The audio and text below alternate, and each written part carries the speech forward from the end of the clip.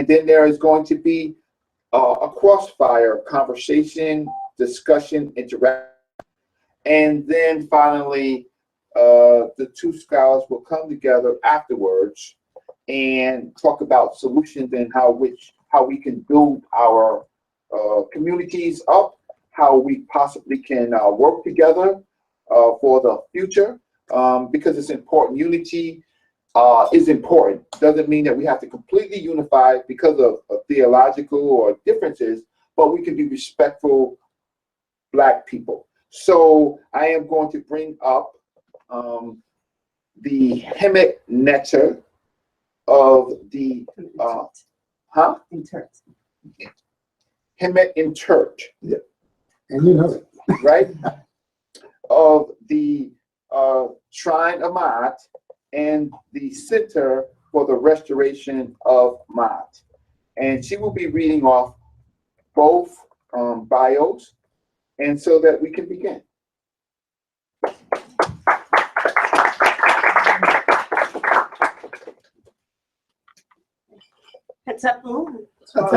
Thank you very much, Brother Reggie. My name is Anika Daniels-Osaze, also known as Unfurka Ma'at, the Kemet Intert of the center. And I'm here to introduce you to both members of this debate. I'll start off with DivineProspect. Brother DivineProspect is the founder and leader of Kingdom Harbinger Ministries. Kingdom Harbinger Ministries was established in 2014 with the goal of galvanizing the people of Yah by teaching culture, autonomy, and community.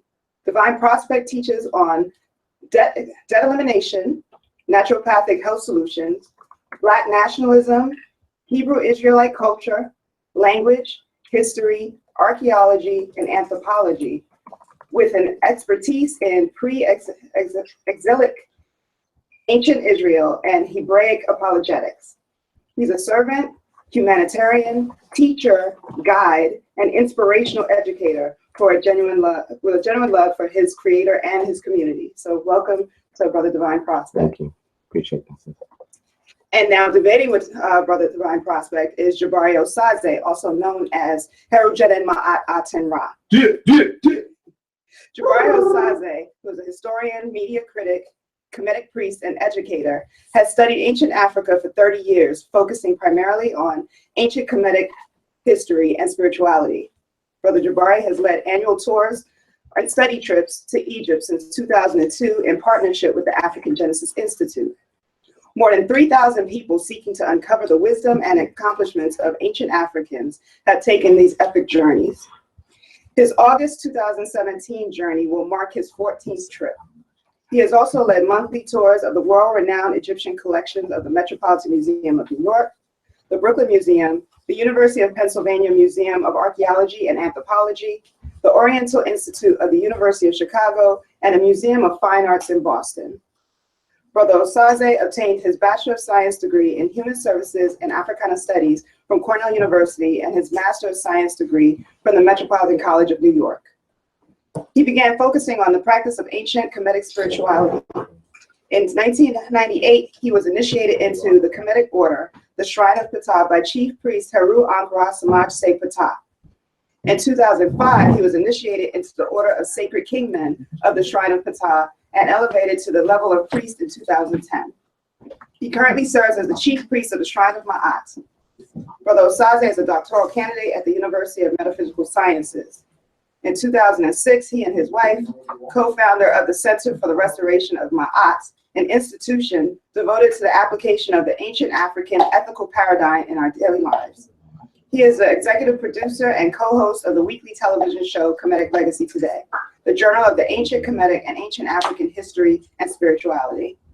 The commensurate historian priest, Brother Jabari Oaza, teaches a variety of courses on ancient African history and lectures on a wide variety of historical and motivational topics. He is also an author of the book, 7 Little White Lies, The Conspiracy to Destroy the Black Self-Image, which was released in March of 2016. He is a proud resident of the village of Harlem. So welcome to both of you, family. We look forward to a very engaging debate, and we're ready to get into it. Yes.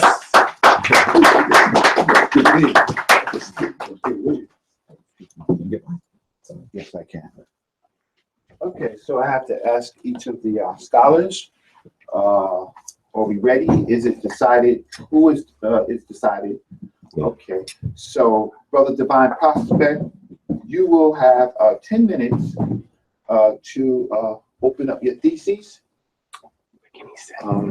You have 10 minutes to open up your theses, and then after that, Brother Jabari, you will have 10 minutes to open up your thesis. So if you're ready to proceed, are you going to come up, or you? Yeah, I'm gonna come up right there. Give me 1 second. Okay.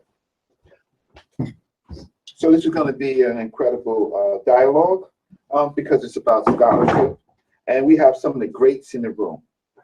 Shaka Almos is in the building. If you don't know, Shaka Almos is in the building. Table.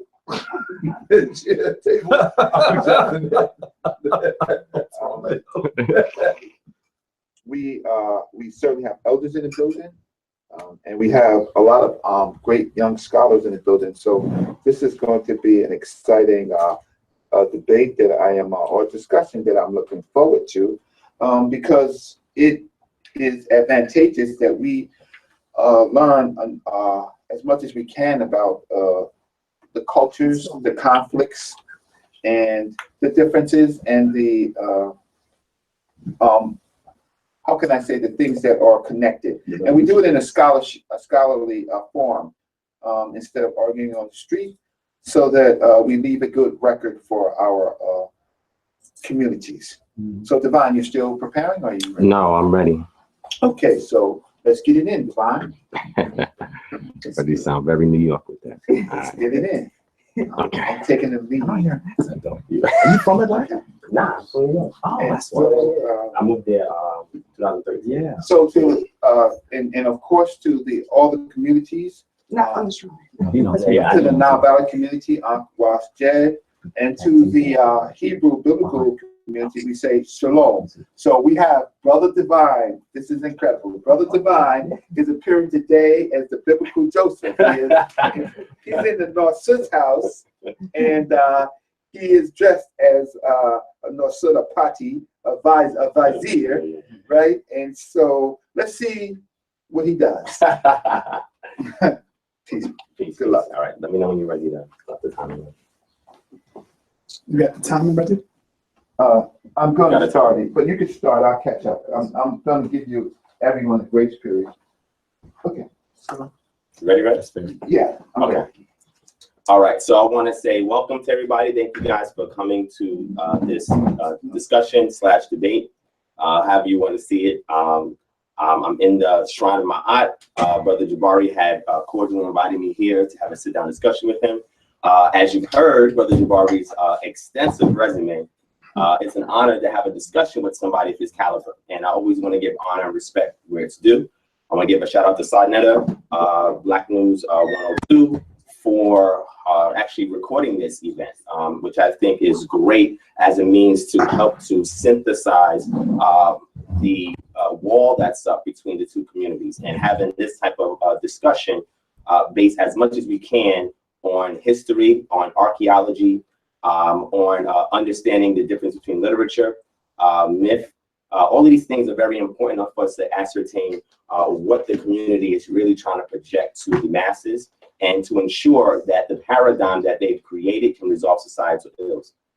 My intro is not going to be too long, but I just want to give thanks to everybody that came out as well, who's physically here with us, those of y'all who are watching as well at home. I also want to give a shout out to my Hebrew Israelite community that's there. I have one person that has a show sheet of mine in the back, so he showed up to come and give some support. So I want to give a shout out to my brother back there. And I want to give all praises to the Creator, the Most High Yah, and the ancestors who have shed blood and laid the path for us to be what we are today here in America, because our ancestors went through so much for us to have this type of dialogue today, and them I respect and I hold in high regard. So with that being said, I'm just going to lay out my quick objective. So my objective is threefold, right? My objective is the first to respond. Brother Jabari and Brother Shaka Amos, they had a video on Sanada's channel, and what they were doing was they were pretty much encouraging people to watch this event, right? There was no ill malice intentions towards me, towards anybody in my community. The objective is corrective history. And you'll hear this term mentioned by my brother Jabari. Corrective history is very important. And what they were doing was they were critiquing, well, more so brother Jabari was critiquing a video that I did in 2014. And in his critique of my video in 2014, he had noted some things that was erroneous that he wanted to bring to my attention, so that way he can ascertain my position and my worldview and where I stand. So what my objective is to do is to show him the vantage point in which I see not only the community at large, but also how I disseminate my information, right? I had mentioned in 2014 that lecture that I had done was generally done to initiate the process of unity between the Kemet community and the Hebrew Israelite community. A lot of the information that I shared in that particular video, that was the motive and intentions behind it. It was not to be demonstrative of my own scholarship that I do, for those who are familiar with it, but it was something that I did to be a catalyst to bring those type of dialogues to the table between the two communities. Because if there's too many ad hominem attacks going back and forth, if there's too many, well, I'm not going to come and sit with you and talk to you about this or talk to you about that. And it's mostly because we don't see the similarity between the two cultures. And that was my intention back in 2014. Since 2014, I've released a lot of other videos and articles in regards to my worldview, my disposition, and my scholarship. Currently, I work with a couple of professors at a couple of universities, and I know a lot of times they don't want me to shout out their names, but I'll share it privately behind the scenes with my audience here, who I go to for information that I submit my articles to so it can be peer reviewed, and who I can just bounce things off of so that way I can see where I stand on an academic plane. And being that Brother Jabari has come from Cornell University, is that correct? Mm-hmm. Cornell University, and was your wife also from Cornell University? Yes. Yeah. Oh, that's where they met. Yeah. The Africana Studies Department, if I'm not mistaken, anything to make sure I get it right. Mm-hmm. And I know he said that when he decided to go there, he was looking for Dr. John Henry Clark and Dr. Ben, and then he realized they were not there no more. So what he had to do was be the forerunner, and he had to lay a path, his own unique path, where he can contribute and complement the foundation that they had laid down. And in doing so, he was able to build his own Shrine of Ma'at, his Center for the Research of Ma'at as well. Is that correct? And one of his elders, Baba Haru, was here in the building as well. And, you know, in doing that, he produced something from what his ancestors had laid behind, and that is very respectful. Me, because my objective is to ensure that when my brothers in the Kemetic community are viewing us as Hebrew Israelites, that they're looking at it from our objective point of view. And I say objective because a lot of subjectivity and relativism is replete in my community, as well as in the Kemetic community. A lot of times I try to avoid controversy because I have a lot of sponsors that is assisting with a lot of the ventures that I'm doing. And they don't reward somebody that has a lack of integrity and somebody that has a lack of character. And this is something that we also have to demonstrate before the youth when they're watching us on Sun Edited TV, Black News 102, because we have to show them a shift, right? If your personal demeanor and disposition does not change and your character is not altered when you transition into consciousness, then why are you in consciousness? You're just using another weapon to kill your brother or sister, and you're not there to build them up. And a lot of times that seems to be missed, right, or glossed over. So my objective is to first to address some of the statements that my brother Jabari made in the video that he released, so that way I can realign him to what my worldview actually is. And then from there, we can get into a more modest dialogue in regards to our differences, our similarities, and how we can present this to you guys as a means of edification and building and empowering our community. Also, what I want to say is the second point that I want to address is heritage. And I want to get into heritage in regards to me personally, because I speak for DivineProspect and Kingdom Harvest Ministries. I can be in a diplomatic position for the Hebrew Israelite community as a whole. But I'm saying again, I'm speaking for myself and my organization that I have. So that is where my worldview will come from, right?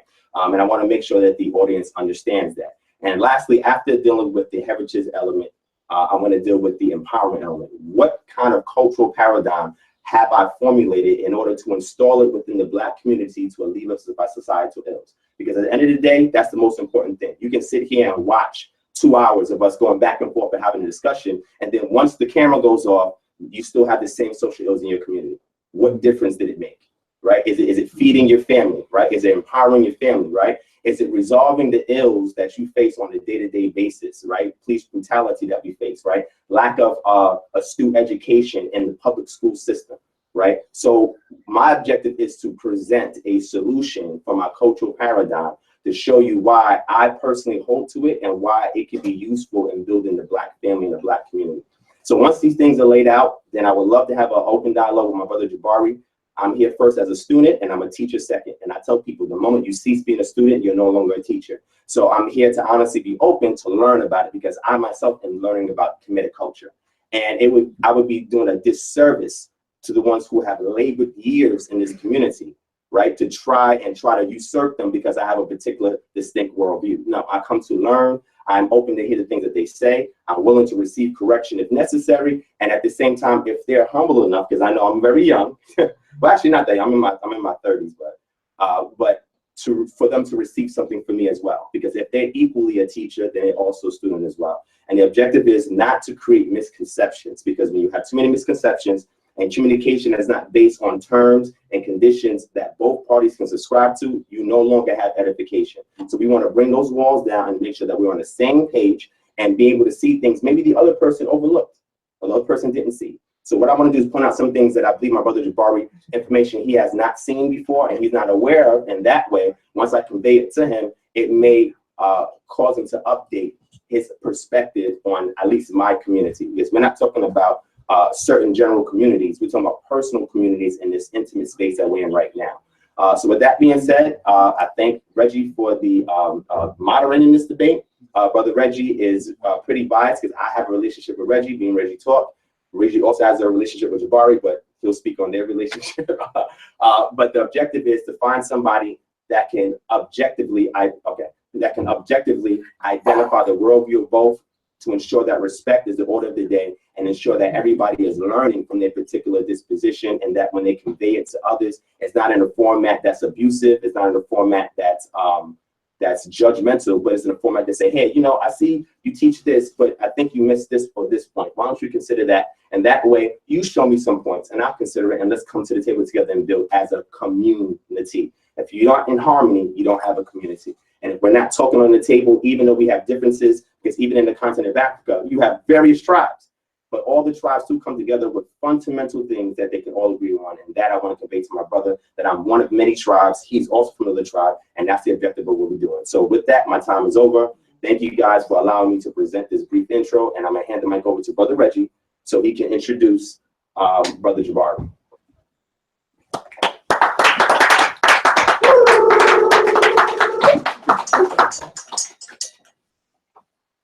Okay, that was a great intro.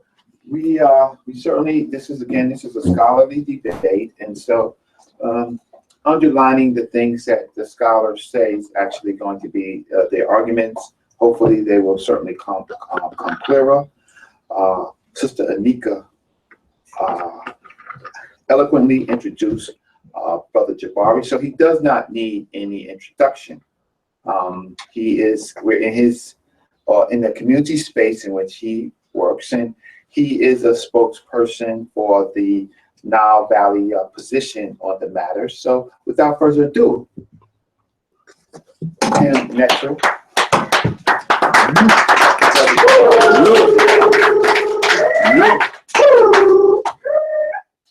Peace, family. Peace, family. I need to say thank you to Brother Reggie. You might have heard my compatriot DivineProspect say that we would speak about our relationship. I always joke that he's said that while Reggie comes from what he calls the Nile Valley perspective, that's not quite where I would say I come from. But I honestly will say to you that Brother Reggie and I argue all the time, not because we don't agree on 99% of our perspectives, but because we get edified by crystallizing the differences. It helps us raise the scholarship to unbefore familiar heights. And so I really, really want to make sure that I thank him for introducing me. And I also have to thank Brother Sanetta for continuing to bring culture to our people. There are many of you that have said, where are our cable stations? Where are our community centers? Sonetta has built a cable station and community center on the internet. He was not able to be stopped. So he continues to bring information to our people in order to edify them. And I want to just thank him for doing that. He cannot be thanked enough, because I know that it's not always a thankful job for those of you who have the opportunity to see him from the background. But let me say that I want to thank all of the family for coming here today. And I have to, of course, mention two people, of course. First, I must mention my queen, my divine mate, Dr. Nika Daniels Osaze, known as she is the person that girds me so that I can reach the heights that I must reach. She's the person that watches me, critiques me, loves me, and makes sure that I can truly bring scholarship and healing to our community. Because I want to make sure that, and I'm going to continue to say that I am not just a historian, but I'm also a priest. Both of those roles I take very seriously. I'll be primarily speaking as a historian today, but certainly without my queen's assistance, there'd be no way for me to do that. I should also recognize that as I acknowledge her first, that is in Ma'at. We're going to be talking a lot about Ma'at today. That first order described by those people that gave civilization and society to the world. So I need to make sure that I come forth in Ma'at and thank my queen for coming before me. The other person I need to recognize who is here with us is someone, if I said that he was one of my greatest teachers, I would be doing him a disservice. Because he's not just one of my greatest teachers. He is actually my priest. I've told you that I'm a priest. Well, a priest must have a priest, right? He is the person that elevated me to priesthood. And so I stand here with admiration for my elder, Heru Ankra Samad Sepata, affectionately known as Samaj or Baba Heru. And I have to say that I have learned so much from him over the years. And not just learn from him, but when I'm having the difficult moment, you know that we all have those tough patches. And when I'm having my victories, you know we all have those victories as well. He's always there. And sometimes when I'm not prepared to actually acknowledge the situation I'm in, he reaches out for me. That is what your guides must do, and he has played that role so magnificently over the years. I want to thank him and recognize that he is in the house. Now, with regard to our discussion, I will also not speak extensively in our introduction. I must say that I respect and love my brother DivineProspect. I have watched him speak extensively over the course of the weeks in preparation for this. And I can only say that I truly respect him. I can only say that his aims are my aims. And so it is perhaps an even more divine task when you get to discuss the issues with people that you respect. And so I want to say that I definitely respect him. Over the course of this conversation, I will hopefully elucidate clearly where we disagree. And that is not to undermine him, but perhaps even we will be able to edify and lift each other up. I truly believe that in many ways, brother DivineProspect, and I said this before we started filming, in many ways, DivineProspect and his attempts to edify and to build our community, and also with the voluminous scholarship that he does, he reminds me of myself. And I joke to him that ultimately my goal of this debate will be to bring him towards my side, to have another excellent mind in the house of Kemet. So hopefully that is what I seek to do. I doubt that we'll see it on video. It's going to happen. It's going to happen. And I want to be clear that he may not acknowledge this, but I think he believes it as well. And I want to tell you the reason why I'm saying that he believes that is because he began by separating himself from his community. And I'm not going to let him do that. Because you cannot come from within a community and then say, I speak for myself, but I'm here to edify my community. I'm here to be with my community. Those two things don't fit. So it's going to be really, I'm going to really also talk about some of the ills that I have seen over the years. I've been aware of the things that have been going on within the Hebrew Israelite community for a very long time. I'm going to talk to him about those ills. And I think that the reason why I should talk about those ills is not because those are ills that DivineProspect, this wonderful man, shares, but because I believe they are emblematic of that community and that there needs to be healing. And I hope that I will be able to assist in that with love, because let's be very clear, those brothers who are in the house of the Hebrew Israelites of Shem, those brothers who are in that house are my brothers. And so my critiques will still also be loving critiques of them as well, but they will be critiques. And I hope that he's prepared to address them, to own them, and to seek to redress them. Because you will note, all you have to do is search for Hebrew Israelite, and you'll see something that looks a little bit different than Brother DivineProspect. That's all you have to do.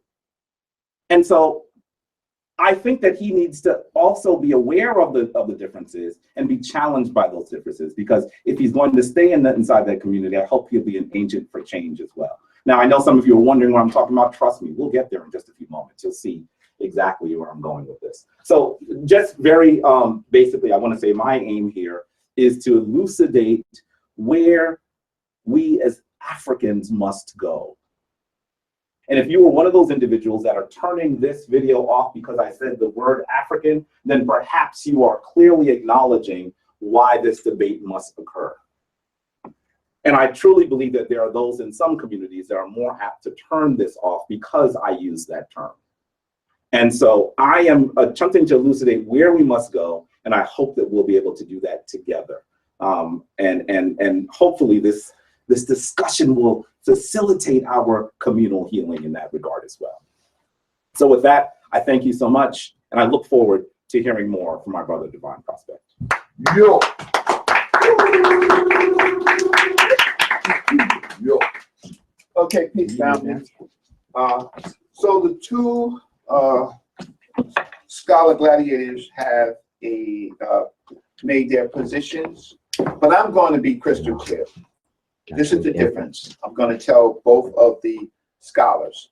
This is a scholarly debate. Now, in the House of Consciousness and Black News 102, we have a tradition of putting forth our sources, citing our scholarship.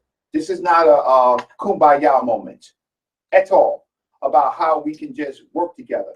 There are differences of opinions, and I expect in the next 30 minutes that you lay out your technical differences with scholarship and not without, because, you know, normally in an academic environment, and this is an African academic environment, we lay out the basis of our intellectual discourse, and we usually stand on references and citations. So I don't think that that was adequately done in the opening. So I hope that you get to your particular differences. And there are differences. For example, when I opened up, I announced the Kemet Netter, Sister Nika as Kemet Netter, and then they corrected me as Kemet Netter. These are the technical differences that we're talking about. Now, I would say in the text is written Kemet Netter in most times, and in the, how can I say, and in the usage, it is Kemet Netter. So scholarship now decides ultimately how it is done. So those are the technical differences that we are talking about.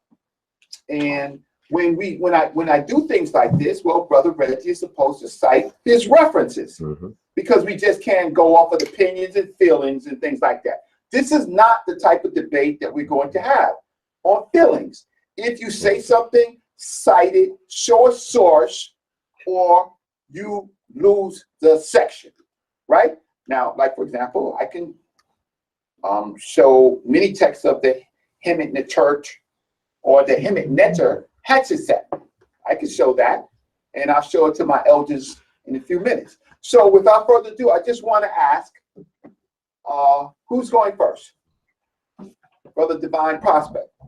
Are you ready, sir? Yes. Okay, because you know my terms, right? Yes. I mean, for you to call, for the community to call me up to moderate this debate, and I don't see citations and scholarship, then you called up the wrong person. Are you prepared to do that? Oh yeah. Okay, you're Definitely. prepared to do that. Definitely. Okay, so this kumbaya moment is finished. Let's get to the business. Okay, this is what we do Like, with Black turn it News up. 102 for our audiences, right? Yeah. And if you want to see more debates like this with Black News 102, most of them will be aired on his Patreon account. Right. Right. It will be aired on his account, so it's a paid function. So, Brother Divine, let's get to it. Do you need the mic? Yeah. Okay. All right. It's not a problem.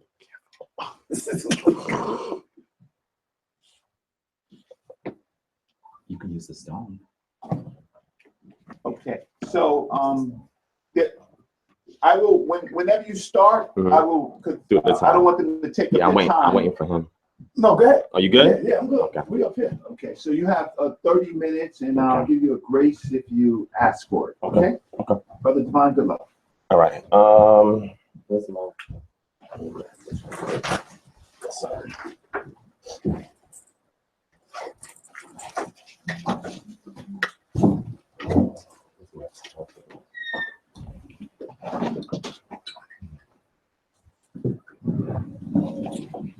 Okay, so just give me 1 second. Let me just get situated. Do you have a napkin or a tissue? There's none up there, right? No. You gonna get one, Anika? Thank you.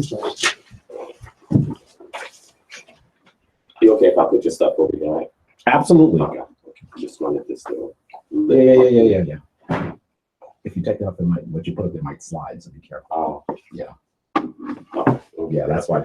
Yeah. Gotcha. Okay. All right. Oh, okay. It does work. Mm-hmm.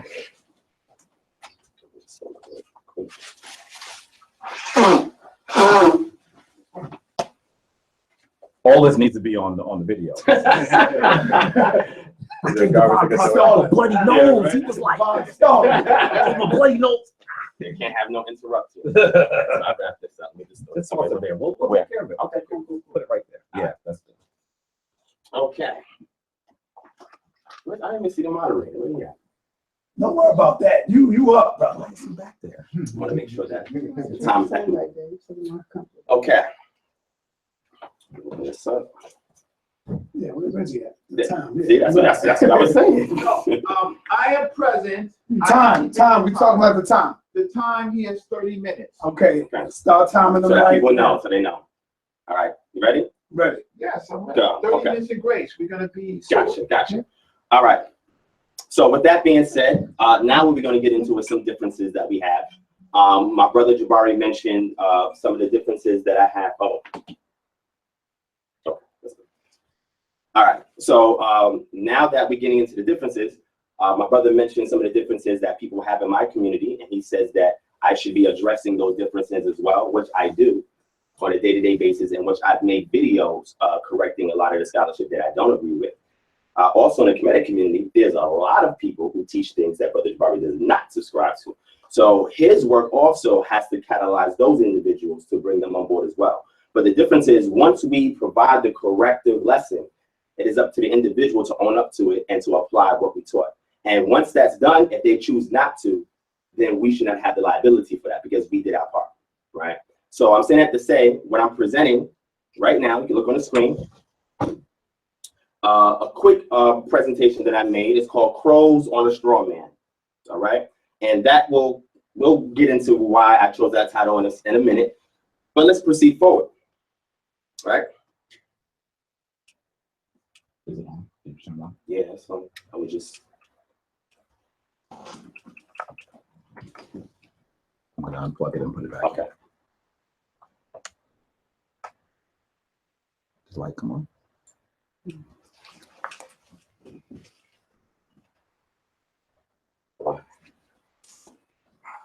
You have another port over here? Yeah, well, this one should work. You can pop it back in. Let me just bring it back up. We're experiencing some technical difficulties. Yeah, now see look. We Now there you go. shall Now I see that light. shortly to the debate. Please stay tuned. In the meantime, have you hugged a black child?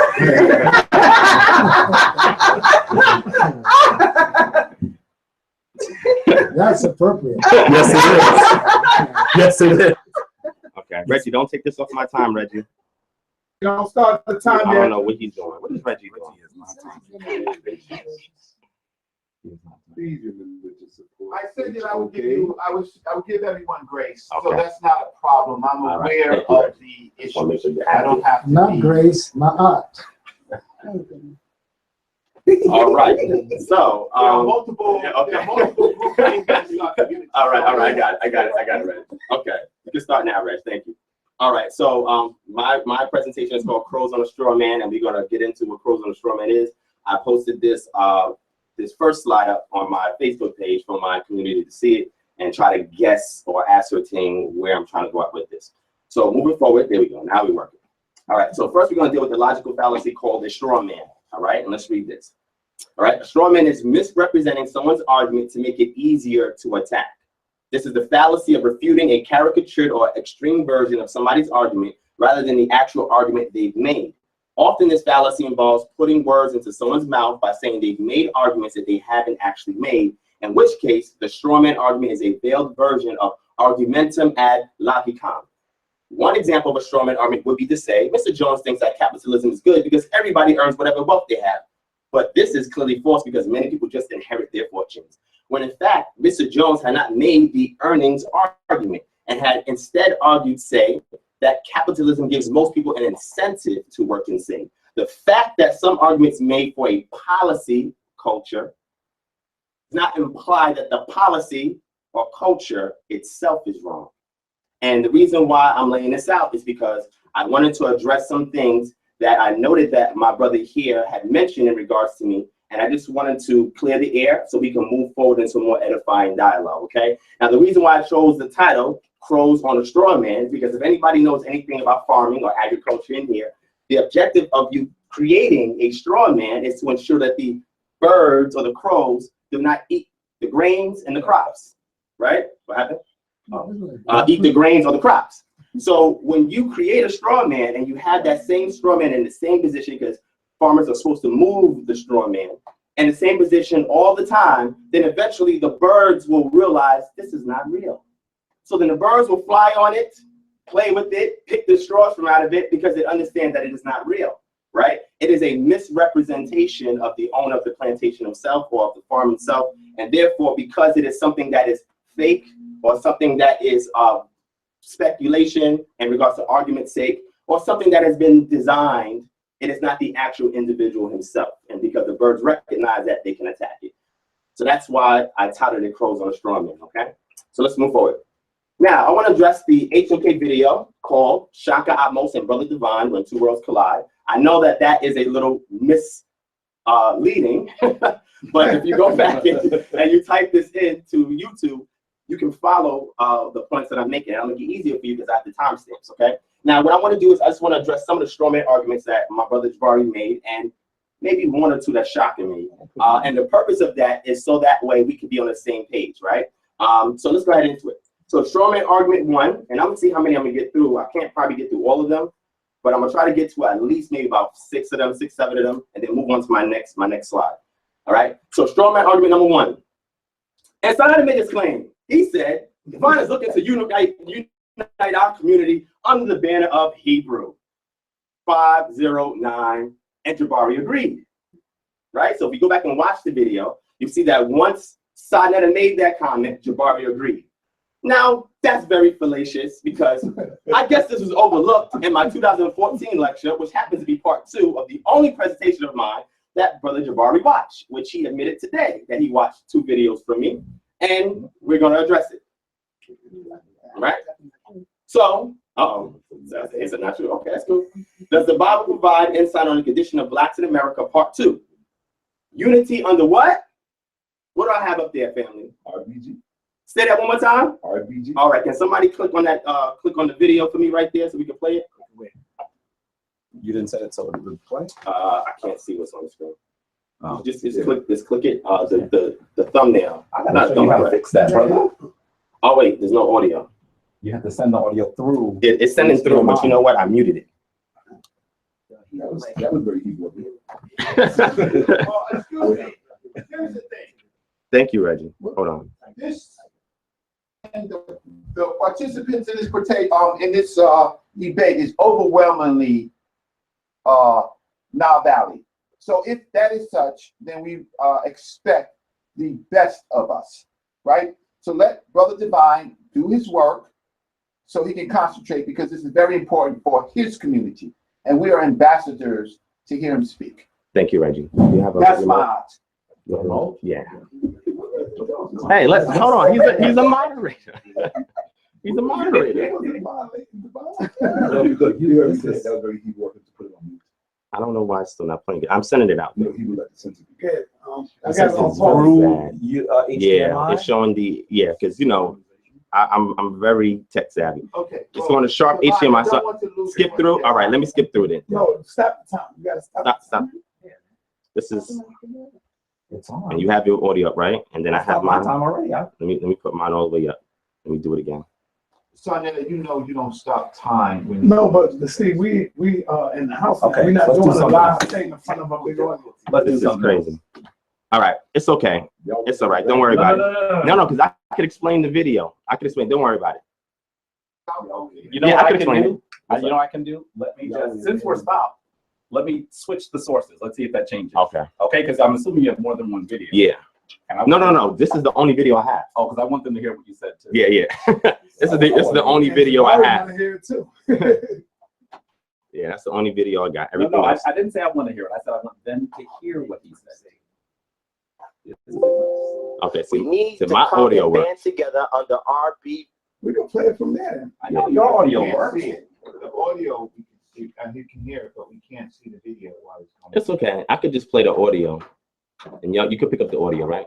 I could just put this here, and you can pick it up. No. Jabari wants all of No, it. listen, if you are saying that I said something that you did not say, everyone in the audience should hear that. Okay. Am I correct or am I wrong? No, you're correct. I agree. Oh, by the way, someone thinks you look like Tiger the rapper. I said that. Yeah. I've heard that before. People say I look like Tiger Woods too. People say, yeah, I don't understand. People say I look like Ludacris. Hey, Divine, quiet your mind. folks. Okay. Yeah, you can try to send. Okay, try it now. Oh wait, you got to change the input. Yeah. Reggie always trying to help you. Try that. Okay. No, I'm trying to help ourselves. I'm not trying to help. We need to Okay, there you go. Let's get it. Let's get it. Let's get it. All right. So let me do this again. Yo, how many people kill you think you help? All right, here we go. It might be too loud. I'm gonna give you. Yeah, I'm up turn it down some because I know I've Yeah, put leave it it all the way up. up. There we go. Let me see. Now turn it up, man. You haven't heard it yet. You don't know what Yeah. to turn up. Yeah, it's out too We loud. got a presentation, right? Yeah, Actually, the echo line is correct. And it's red, black, and green, just so you can see the little part.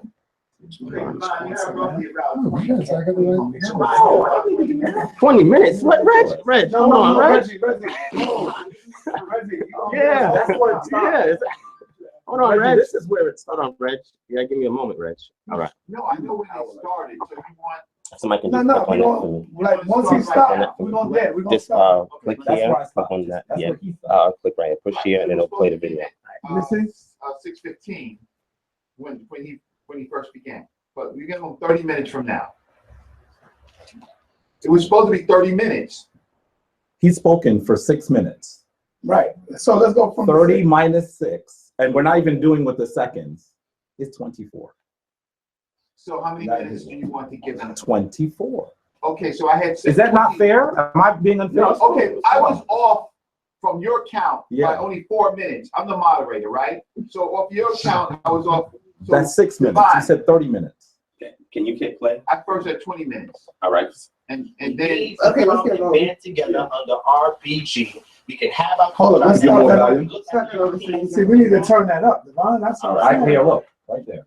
Oh, no, that's not. That's what I was telling you. Leave the volume up so to pick it up. Divine, you have to together. Mike got the speaker. Okay, try it The again. mic, point the mic over there. Will this speaker down here? No, just point it. Yes, right there. Got it.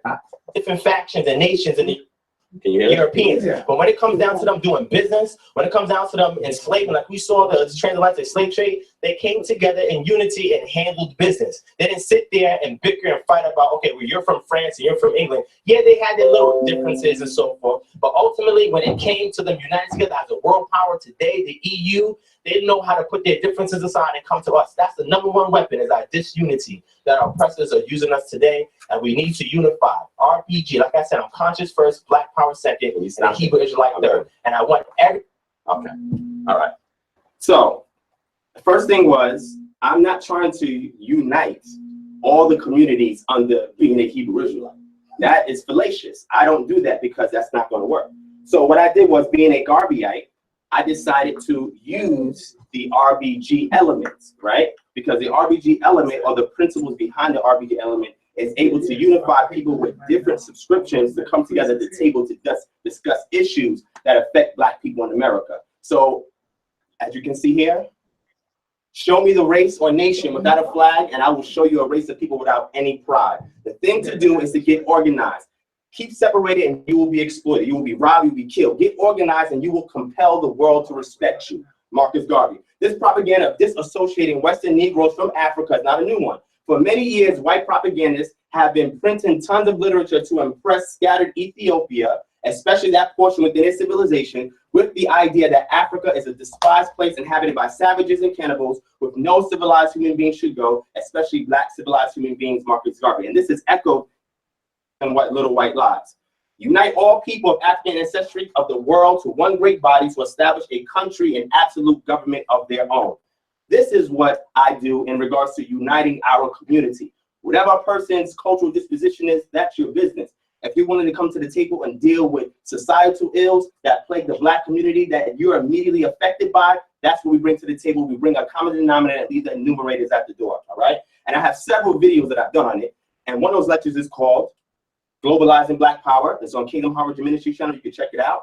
Domestic reparations or motherland repatriation, economic subversion or autonomous conversion, and a template for building a Black community, part 1. Can I get your remote real quick, Jabari? Absolutely. Let me just change the view real quick. Okay. There you go. Thank you. All right, so let's move forward. Argument number 2. My description of myth is a linear Western description, and that's the time mark. You can see it right there that Brother Jabari made. Not necessarily. This argument is formulated from a casual lecture I did when I utilized the Merriam-Webster dictionary definition for the term myth. Generally speaking, I actually agree with this. In actuality, myth is a story or parable which provides a profound telling of basic truths. They are constructed to provide a deeper understanding of how to live. As long as we continue to assign value to our spiritual myths according to the historical factuality, we are reducing our religious texts to newspapers. History tells us what happened, and myth explains what should continue to happen. If you don't know where this quote is at, I'll let you know as we continue to proceed. Brother Jabari's book, right? All right, so argument 3. You should read it again. No, that's in my time. It should have been source. Speaking ill, it is source at the end. It's a bibliography. Speaking ill of our ancestors violates Ma'at. People who identify as Hebrews speak ill of Kemet. That's possible, but people also of Kemet speak ill of Hebrew Israelites. So it goes both ways. So when did I do this? Please saw the video where I spoke ill of Kemet, right? In Deuteronomy chapter 23:7, Devarim 23:7 from our scriptural or cultural literature, it says, you should not detest an Egyptian because you were an alien in his land. And the sons of the 3rd generation who were born of them may enter into the assembly. So this is why I don't speak ill or detest Kemetic culture and those of the Kemetic community. I may have some differences in regards to the things that they stand on, because some of the principles do not align with my art. But other than that, I don't speak ill of them and I don't hate it because I study the culture. Let's move forward. Argument 4. You cannot say that Hebrew people brought civilization to the world. Time marker's right there. When did I say this? Please saw the video where I made this statement. Okay, let's move forward. Show me argument number 5. He mentions the Hyksos, but doesn't discuss them. 11:17. And I actually took an excerpt here from another, it looks like maybe it's the same book, right? That discusses or goes into details about the Hyksos, and I won't get into that now, I'll get into that later. This is simply untrue. And you know, because if you go to the Minority Report Part 1, the Hyksos is mentioned at 1 hour, 33 minutes, 58 seconds. And I go in depth in regards to the Hyksos peoples, all right? And I explain my position in regards to that. Show me argument number 6. When he paints all of Africa with the broad brush of Ethiopia, which is not the real name of the country, by the way, he does a disservice. 1218. My response, we all know some historical names for Ethiopia, or the kingdom of Aksum, of Abyssinia, East Al-Kabulan. I never painted Ethiopia as if it resembles all of Africa, because that would be extremely absurd. I referenced it in a lecture because it contained the sites of Herto, Gori, Omo 1, Omo 2, which housed some of the earliest Homo sapien bones ever discovered. Ethiopia is also noted as being one of the only African countries to stave off colonialism longer than any other African country. In concert with that, I do agree with these quotes, which further proves my point. Black men of Carthage, Ethiopia, Timbuktu, Alexandria gave the lights of civilization to the world, for Marcus Garvey. We see a new Ethiopia, a new Africa, stretching her hands of influence throughout the world, teaching men the way of life and peace, again for Marcus Garvey. Let's move forward. If you're African, you cannot find yourself in a tradition that is purely patriarchal. This is what the brother said. My response, Jabari clearly did not watch my lecture entitled Closed Mouth Didn't Get Pled. He did not see my lectures where I speak about the pre-exilic Israel's exaltation of the feminine consort to Yod-Heh-Wav-Heh, Asherah, that was later suppressed by Judean scribes and replaced with Chachma, Ruach, and then Shekinah in the Talmud. And if you go to this video here, you'll be able to see why I actually have on the screenshot that Tanakh was not purely patriarchal. So again, there's a skewed way of exegesis that people do when they examine the literature if they do not extract it within its entirety. Not the way institutions teach it, but the way that the text itself conveys the message, all right? If you go through Contillet, Adrud, and Kerbet El-Quam, you can see where Asherah is exalted. It's there in the archaeological record. And I'm not going to read it because we're saving time, but it's on the screen. You guys can see it. Let's move forward. Now, are there any African patriarchal systems? In ND Igbo, we can see it right here, and so I'll just zoom in so they can see, because I'm not going to read all of that. We actually have a pre-colonial continuum of patriarchy in the Igbo system, and we see that. And I want to express this because this organization here, you can see Brian Schwimmer, all right, so the Department of Anthropology at the University of Manitoba, is going into the structure, and this is a great article, by the way, where he explains and he shows you pre-colonial and today, the continuum in regards to patriarchy and the Igbo people. Also, pre-colonial Ayide Ame, women in society in pre-colonial Ayide, again, this article also goes to show you that those individuals also had a patriarchy as well. And even the author themselves, who was O.W. Agbomo and Q.O. Agbomo, when they go into it, you see where they got their degrees at, right? Well, both of them got MAs in history as well. And again, if he zooms in on it, you guys can get that and you can go back and look into it. Let's move forward. Strawman argument number 8. The Bible was curated by Europeans. At some point later in history, my response, this is true, but I read several manuscripts that haven't been, such as the Dead Sea Scrolls, the Samaritan Pentateuch, the Syriac Peshitta, the Masoretic text, the Ethiopic Ge'ez Bible, and the Egyptian Sahidic Tanakh translations. Also, the unofficial curation or canonization of the Bible occurred by the end of the 5th century CE, and then later officially at the Council of Trent in 1546. Neither of these incidents have any bearing on the manuscript primaries that I read and analyze today. Let's move forward. Argument number 9. If you're going to read those texts, you must re-Africanize them before living by them. 2327. I have, and if you familiarize yourself with my work, you would be aware that I've done just that. Let's move forward. Jabari's claim, if you read them, books of the Bible, as a scroll of human history or future, they will lead you back to a prone position to the Europeans. When do I ever read the Bible as the only scroll of human history or future? When I teach it to my communities from the worldview of our culture, sometimes I may share that same insight to others outside of us if they're interested. I always complement my teachings with contemporary history or future events not discussed in the text. I adapt my message to cater to the audience it's geared towards. Keep that in mind, because I know Brother Jabari's writing notes and he's probably going to address that. Jabari's claim here on what we're trying to do according to whose divine's laws, according to whose history, according to whose legacy. This is what Brother Jabari says.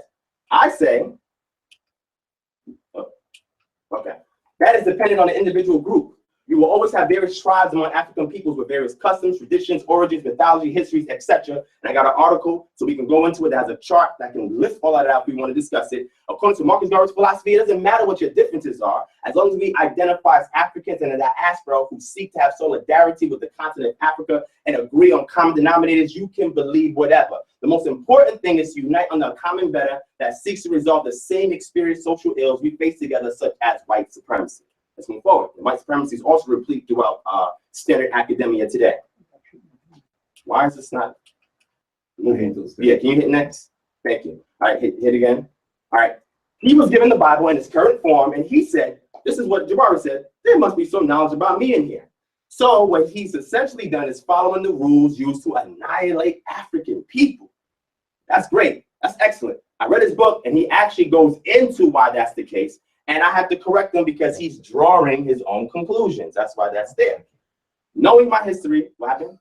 I you understand what's the case? What you mean, as far as what? Why this is the case? What's this? Excuse me. He has to continue his Okay. presentation. You cannot Okay. interrupt. He asked me what I was Yeah, responding to. okay, I did.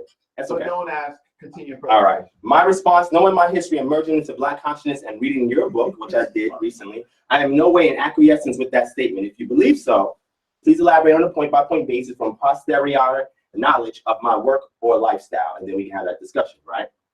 DivineProspect describes to the 12 tribes chart. Please have a video where I made this assertion. I would like to see that. Let's move forward. When you deal with history, and this is the reason why I'm not concerned about the debate, a picture of the people will be revealed, and I think that is why instead of dealing with the history of those people who he's talking about, the ancient Israelites, he would rather talk to you about Adam, Eve, Moses, and Noah. And that's not the case today. But this is what the brother said at the 38-minute marker. And my response, this statement shows the lack of familiarity Jabari has of my work. Argument 15, when you make the myth history, you are reading your spiritual text like it's a newspaper. Anyone who follows my scholarship knows that I always make a distinction between the literary, historical, and archaeological records. I do, however, at times combine all three elements to see where they harmonize and where they differ to ascertain a reconstructed anthropological premise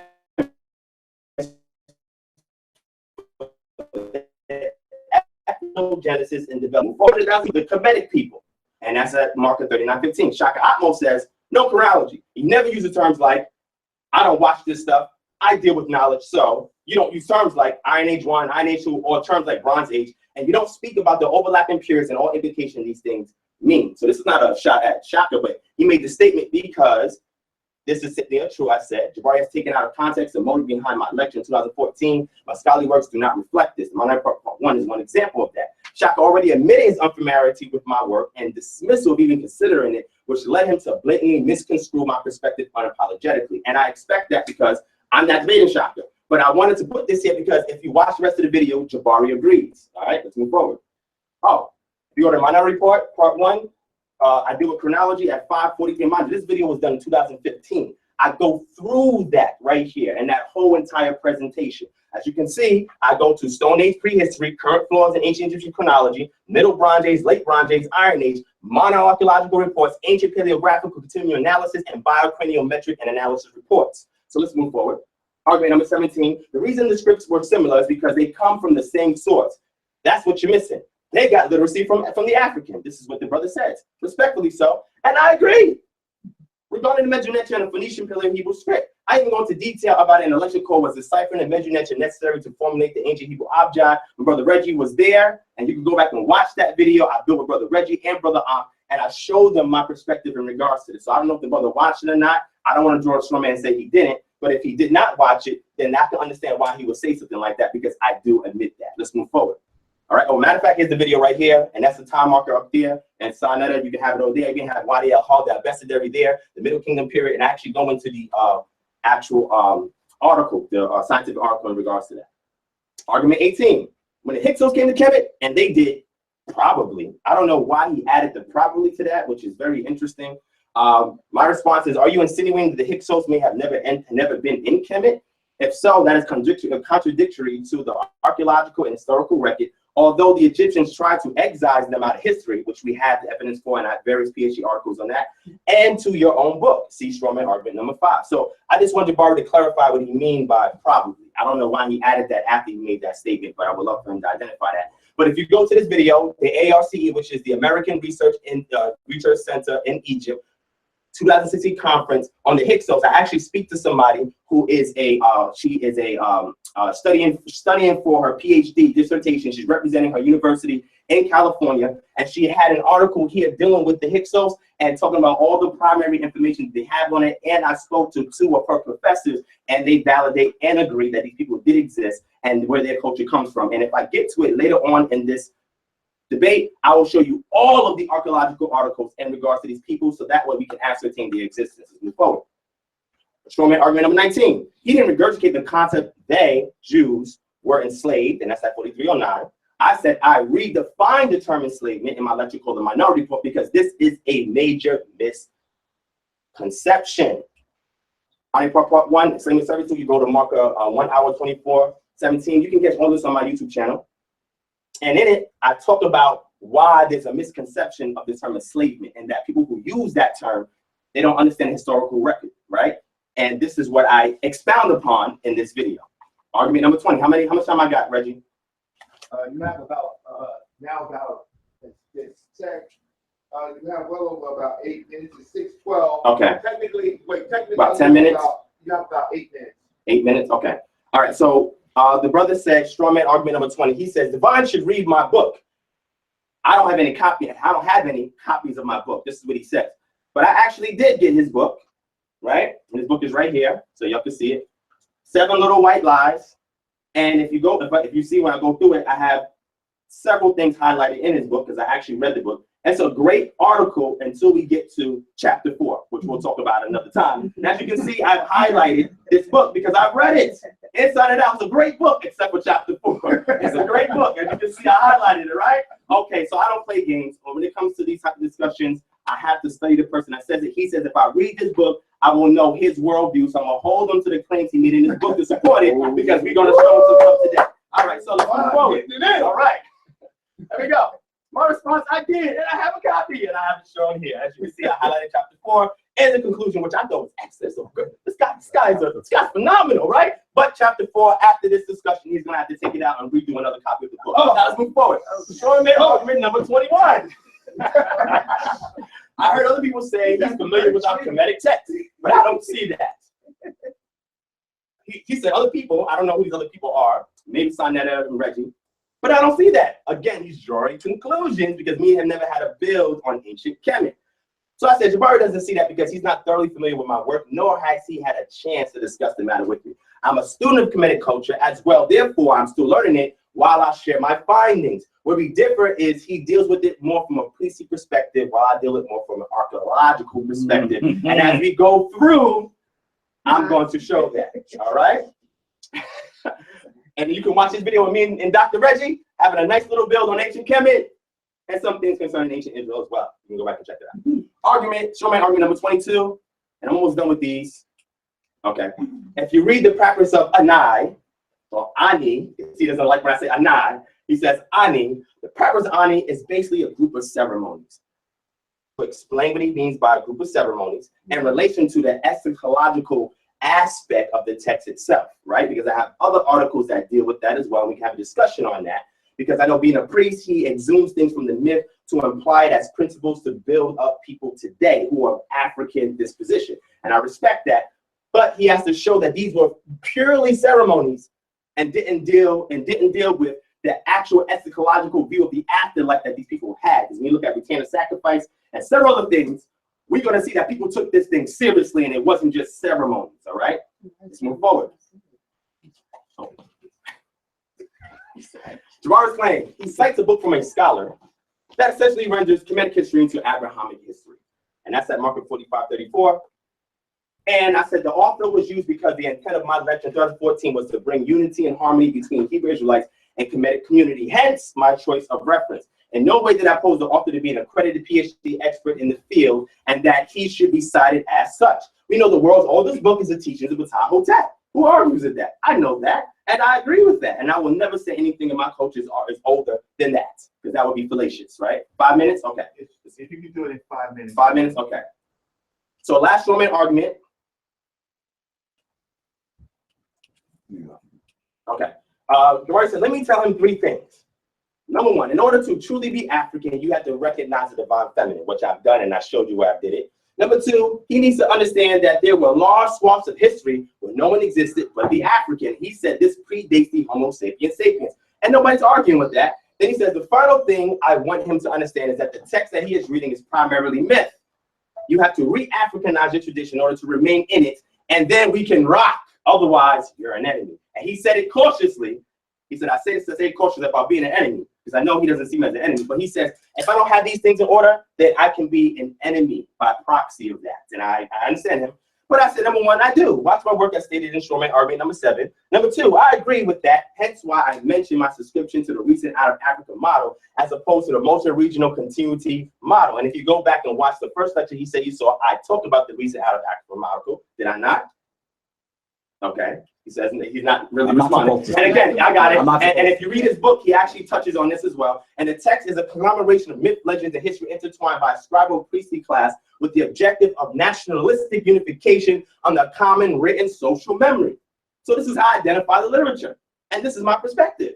So again, we're looking at the garment of information that relates to the umbrella of anthropology in regards to the ancient Israelites. You cannot just look at the literature. You have to look at everything else that's there outside the literature to ascertain what the intent of the authors behind the text are trying to convey. All right. Now, with that, I also have an article here, Origins of Modern Humans, Multi-Regional Out of Africa, or Region Out of Africa. Which model? Can't ask. Okay, we'll deal with that later. No problem. And I want to go into the scientific article. I'll have hundreds as well, and even have a nature article, which is great. I'll get into that later. I have so many articles. I love it.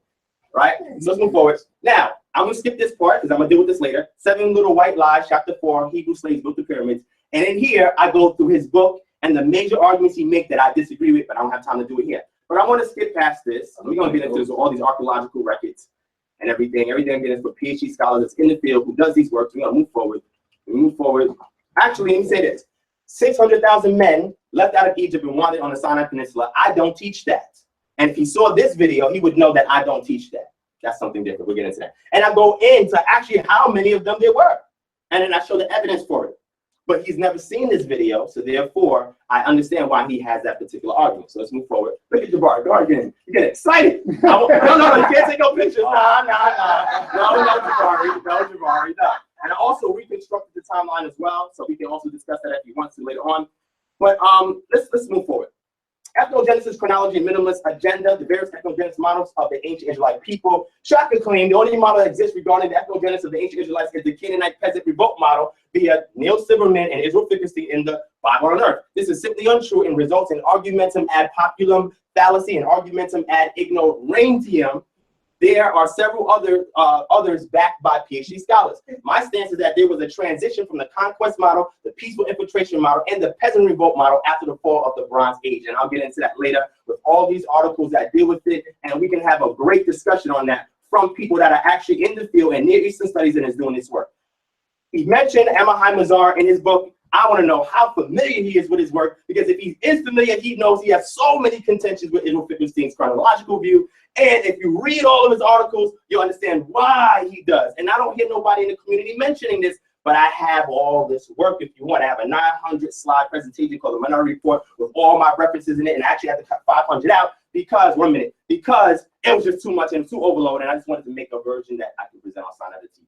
Let's move forward. And I got all Emahai Mazar's works. And then we have people that actually ridicule, and these are all PhD scholars, peers of Israel Fickerstein, that tear his book apart. It's old. It needs to be updated. There's a lot of outdated information in it and new findings since that book, so it can never be the source for all the information in regards to the ethnogenesis of the ancient Israelites. Last slide I want to do, this one last slide. Oh, go study the Copenhagen School of Biblical Minimalism, which we have a lot in the Kemet community, and that's the worldview that they see the text from, as well as the culture. But the last thing I want to do is, hold on. Let me get to it. Come on. Okay, you're on grace time. Yeah, okay. Hold on. Right, so far, 1 minute grace. Got it. My heritage. What's one of my many inspirations for my endeavor to reconstruct the truth about my culture? And I did investigative studies on my mother's matrilineal side, going back to the Caribbean islands where she lived. And after doing the work, I see that she has a similar background to this person right here. So on my mother's side, my heritage is already linked up, and I will go into that maybe later on because I have a documentary coming up where I'm verifying all these claims to ascertain whether they're true or not. But Dr. Ben actually goes into his principles where he says, this rejection on my part does not bind any other African Jew to my position, nor does it make any other person's participation good or bad because he or she remains under the guise of Zionism. Okay. So with that, I'm done. I'll get into the rest of this as we talk later on. Me and Jabari has an open session, and then I'll go into the rest of this. But if Brother Jabari has any questions on my PowerPoints, he can definitely bring it up in our open discussion, and we can talk about it. Thank you for your time. So, DivineProspect, and of course, a round of applause and appreciation. Again, when I opened up, this is Israelite scholarship. Israelite scholarship versus scholarship, two scholars. So we're looking at different methods that they will employ to deliver their arguments. So what DivineProspect did, we look at conversations about his work, and DivineProspect decided to impeach the arguments based on his work. So it is up to you, the audience, to go back and to see that was this a good characterization of the work. So we have to be mindful when we do intellectual warfare that we can't sit on couches and just talk about things and not know that they're not going to be brought up. So Divine's methodology was in fact to impeach somebody coming to the door. Brother Jabari's arguments about his scholarship and what he knew. So, time out, Brother Reggie. yeah, I will explain yours. I'm the moderator. Reggie, hold on, real quick. Yo, Okay. when Divine is up there, he got a right. He can ask Jabari a question. That's his time. It don't matter. He should be able to ask Jabari a question. If Jabari wants, he can ask Divine a question. You asked me to be the moderator. I think it takes away from the time. It's not a strategy. That's their time. They have an hour crossfire to come back to it. You asked me to be the moderator. I'm going to be the moderator. So I'm very excited because Brother Jabari is very well equipped to impeach and actually possibly get to the real arguments of this conversation. So there's different methods that a scholar will employ to do the work. So Brother Jabari has a burden, but then he also has possibly an advantage. So whenever you are ready, you can let me know. You need some more time? Yeah, I'm still setting up. Okay, wonderful. So this is, of course, the House of Consciousness, Black News 102 puts it in. You have to acknowledge the guests who came in.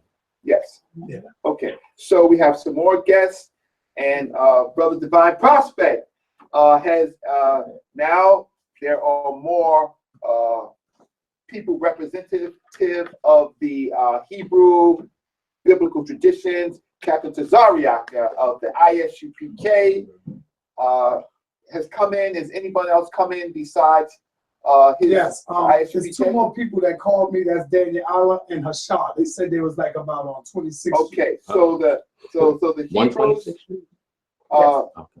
the people who represent the biblical tradition, is now in the building to hear the presentation. Unfortunately, they missed most of Divine's presentation, but they will get to hear the Nile Valley side, and so we welcome. We're gonna bring Divine back for 10 more minutes of the presentation. Like we don't do it like that. So go ahead. We welcome ISUPK to here. Shalom Hotel. All right, because we're family and we know how to conduct each other. So I know it's a lot of heat in this room because I ain't seen Brother Shaka almost and Brother Captain Zaria this close in a long time. So I know it's heat. No, I know. No, but I'm just saying intellectual heat in the love of brothership. Haven't seen this, and this is what it does. Steel sharpens steel, right? So we get a chance to always get a chance to mend fences. Brother Jabari, are you ready? Netter. I was just getting water in my mouth when he said that. Brother Jabari. I am. You ready for me to come forward? Whenever you are ready, appreciate it. Give it up for Thank you. to Brother Jabari, family. Yo.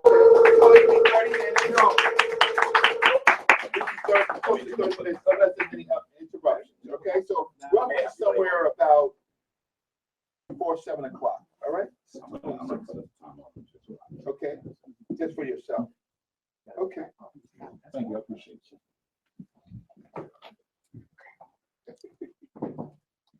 I've never seen the Hebrews take off their armor, boy. They had us taking off our armor. Oh, they had me take off my Kemetic hat. That's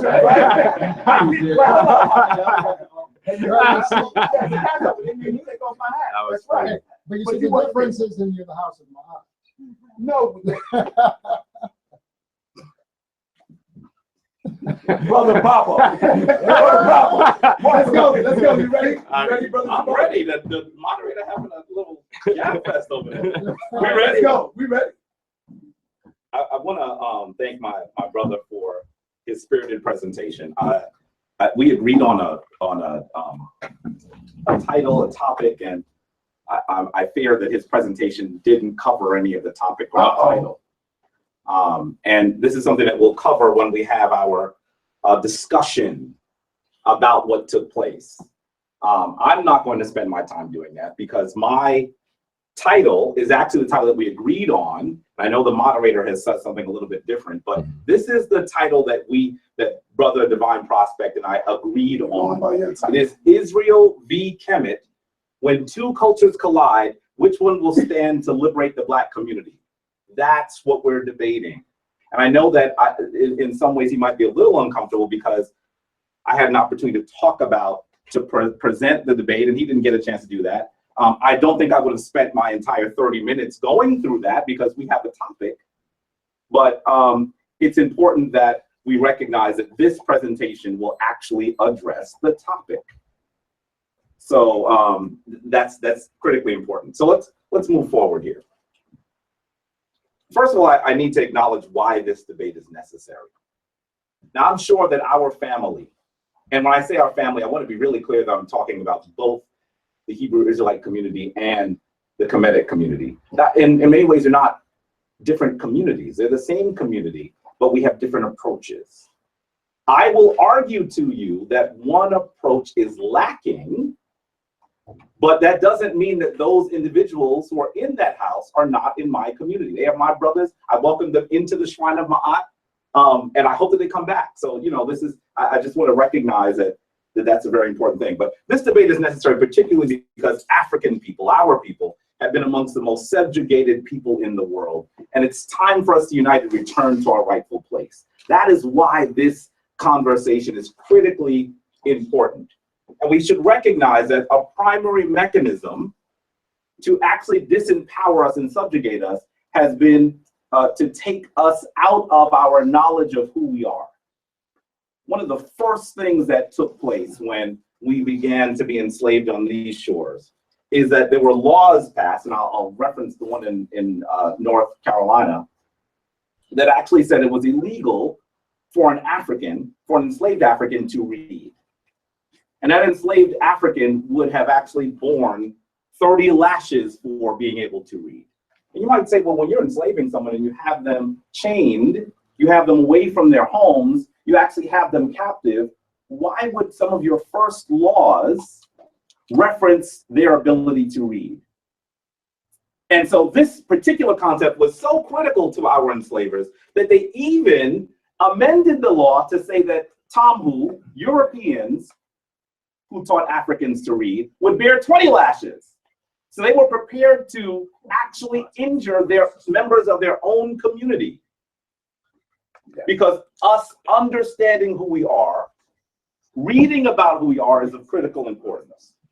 We know that there were even times that if an African spoke in an African tongue, he would have his tongue severed. And so with this extremely negative and painful and brutal approach to Africans understanding who they are, you should understand that our Tomahawk oppressors never had a problem with us having the Bible. So it was inappropriate for us to read, but they allowed us to have the Bible. Ask yourselves, family, why? Good. That's the critical question that we have to begin with. And I really have to say that even nearly 150 years after our enslavement as African people in the United States, unfortunately, many of us are still ensconced in the Abrahamic traditions that were forced on us. That is unfortunate. Now, I will say this, while I'm speaking specifically to my brothers who are part of the Hebrew Israelite tradition, I want to be clear that I am a Harlemite. I live in Harlem. I recognize that their approach to Christianity has been to attempt to liberate our community. I recognize that. I'm not confused about that. That's the reason why they approach the Bible the way they do. And I have love for them for doing that. But I will say to them, we should stop playing according to the oppressor's rules. Use your original text, African. They are older. They predate that book. In fact, many of the sections of that book were poorly plagiarized from our text. And so it's of critical importance. I'm hoping that Brother DivineProspect is here as well, because we're both here to teach and to learn. I want you to hear some of my comments so you can respond to it.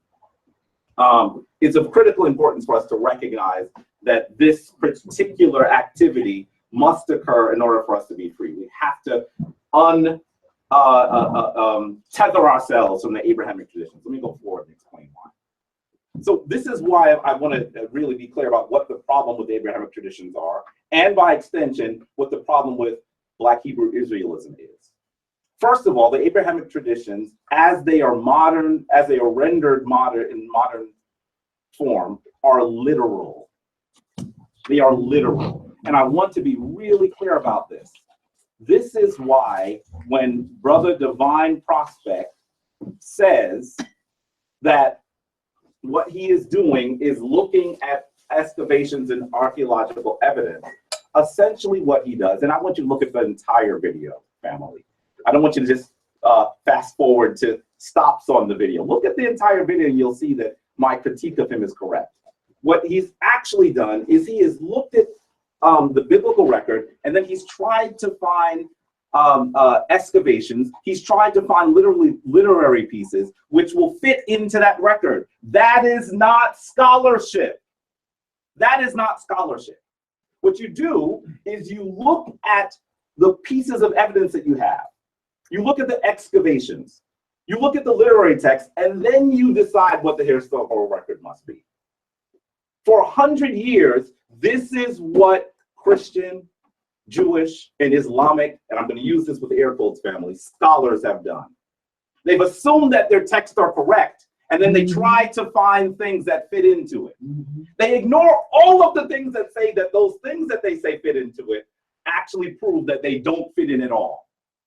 That's the problem that we have. So you'll have scholars, for example, looking for a flood. By the way, I'm talking about you too, Brother Divine. Yeah. Looking for a flood because they heard there was a flood. Family, I live in New York. There was a flood just a few years ago that was really bad. I didn't see Noah with his boat, his magical boat that carries every single animal on the planet.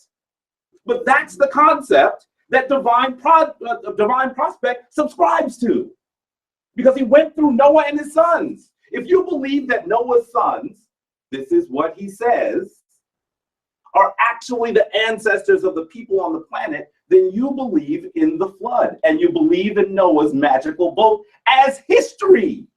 Now, I want to be really clear here. I'm a priest and I'm a historian. I'm speaking to you today as a historian. I have respect for mythological stories, and I will still argue that his description of myth in that lecture was a Western-leaning one. I'm not going to even go into that because I don't have the time. I'd love for him to bring it up when we have our chop it up section afterwards. But I really want you to understand that doing that kind of scholarship is not scholarship. What it is doing the same thing that pastor does on Sunday. That's what you did, Brother Prospect. You looked at your book and you said, what can I fit in here and what can I fit in there? That is not how it's done. I'm telling you, as someone who has been involved in excavations, someone who has traveled to the motherland, this year will be on my 14th trip. That's not how you do the work. And so it really offends me that you think that that's scholarship. And we're going to talk about how to do real scholarship. And I even invite you at a discount to come with me to Africa. Did you say you heard I said at a discount? Because I love this brother and I want to edify him. But I'm going to be really clear. Parameters set forth by the Bible that our oppressors gave us are the parameters that our discussion should occur in, then you might be an enemy. Because that text was curated by Europeans and even plagiarized by Europeans to seek their own political aims. We're the only ones that look at it spiritually. They use it for their political aims. And so that is what we must be very careful about. Let me go to the next slide. I want to be clear about who the ancient Hebrews were. Let's get into this. And I want to begin with the propaganda. So we have been told that the Hebrews were downtrodden but chosen people who were victorious over the cruel Pharaoh. Now, this is not something that you're not familiar with because you hear it in church, family, if you've been. I was raised Roman Catholic. I know that I heard this. And by the way, when I decided to actually leave the house of Roman Catholicism, the first place that I sought refuge was actually with the Hebrew Israelites. And after listening to them and understanding that I was already studying the Bible, I recognized that most of what they were doing was looking for the answers in the same text that was given to us by Europeans, that had already had books removed. That book didn't come off of the mountain. And I know you don't believe that. I've heard you say it. But then once you say it didn't come off the mountain, that it was the product of men, then you can't use it to try to shoehorn excavations into it. That is fallacious. And if you look at the video, you'll see that he does that regularly. The Jews we've been told, are the first monotheists. They introduced this important concept to the world. They are the world's first major religion, first to hear the word of God. By the way, look at this graph here. It actually shows you that many of the prophets that are described by the Hebrew people are actually also prophets, both in Christianity as in Islam. And that's a really important concept here, because this is why I say that the Abrahamic traditions, I thought you said no picture. No, I'm taking a picture of you when you're speaking. That's your presentation. That basically working within these parameters is a problem within all of the Abrahamic traditions. And then we've also been told that the world's oldest, one of the oldest traditions, and that they comprise people who are the world's first people. In fact, if you're confused about this, let's be really clear. I'm sure many of you saw this, the search for Adam and Eve. It was actually an article done with exhaustive research by several scholars and reported in Newsweek. It actually began to describe that Africa, irrefutably, was the source of humanity. I have that copy. And they decided to say it was a search for Adam and Eve. Why? Because they were still beholden to the Abrahamic text. Why are we calling them Adam and Eve? So you have to understand that even in the way this was described, they were describing this according to that particular construct. And we know that this powerful mythology for subjugated and was powerful for subjugated and enslaved peoples. This is a statue that's here in Harlem. It's actually of Harriet Tubman. I actually assisted in having it erected because I was on the community board at the time. And what was she called? They often called her Moses. So the concept of being a subjugated people, but victory over powerful people, was something that appealed to people who were enslaved, appealed to Africans in the United States. So we have cleaved to it. And unfortunately, I actually believe, by the way, this is one of the oldest, in my understanding, one of the oldest traditions in Harlem that actually has Hebrew Israelites. So by a brother by a name of Wentworth Matthew, who put this together. It was called Commandment Keepers. So, and I know that he attempted to draw from these books in order to liberate people, but I want to be really clear. He didn't have access to all the information we have right now. He only had the books that were given to him. Why, if Divine Prospect knows that the first book in the world was written by us, then why didn't he render his presentation about that book? Instead, what he did was he talked about the Bible, because he is beholden to that text. We need to be really clear. Trying to record and find historical pieces that fit into it is a really big problem, and I think that many people do. If you've actually just stood on the corner and listened to our brothers who are Hebrew Israelites, they do this regularly. And I think that studying and reading and doing work on the Bible is laudable. But I want you to move outside of that book. I want you to understand that there were books that were intentionally not included. For example, when I say that your tradition, the Abrahamic traditions, are patriarchal, which of those books are written by or describe women? Can I describe women? That's a rhetorical question. It is. Oh, okay. I already know the answer. So I want you to understand that there were several books used by early Christian sources that dealt with women. Several books. They're not in the Bible that you have. Someone decided that because it featured a woman, it should not be included in the canon that is the Bible. If you're not clear about this, those of you at home, just search the name Thecla. And most of you have never heard of Thecla. I know he's heard of Thecla. That's why I'm upset with you. It's because if you know this, then why are you still holding yourself here? That's why ultimately my aim is to have you come home. That's why. Because you have to re-Africanize the tradition. African traditions are fundamentally equal. And even in his presentation, he said, I'm going to show you some patriarchal traditions. He showed you two. Even today, there are over 50 countries in Africa. Even today. And I'm going to really be clear that the oldest traditions, as someone who studied this for 30 years and visited the sites, the oldest traditions, in fact, the oldest images of the divine in the world are of women. That's right. And if you don't have that image in your tradition, it is patriarchy. If it is patriarchy, it is anti-African. And if it is anti-African, you're an enemy. That is what I'm saying. You should understand the dialectics of this argument. It's not because I have animus towards you. I'm saying if you could mislead us into something that's very dangerous, and I'm afraid that that might be what you're doing.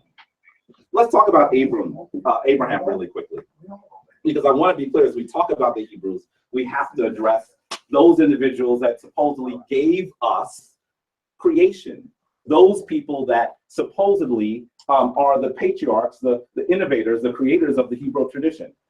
Now, I don't have a lot of time for this, but I want you to understand that who was Abraham? Abraham was the man that supposedly came from the north because God told him that he had a land in Canaan. This is the fundamental position behind the people who consider themselves Hebrew, connecting themselves to that land. In fact, if it's not important, if this is an irrelevant topic, then understand, ask the Israeli government, who had that space carved out of a land where people were already living and taken there and given and now have the 5th largest standing army and have over, I think it's $5 billion given to them by the United States for their military.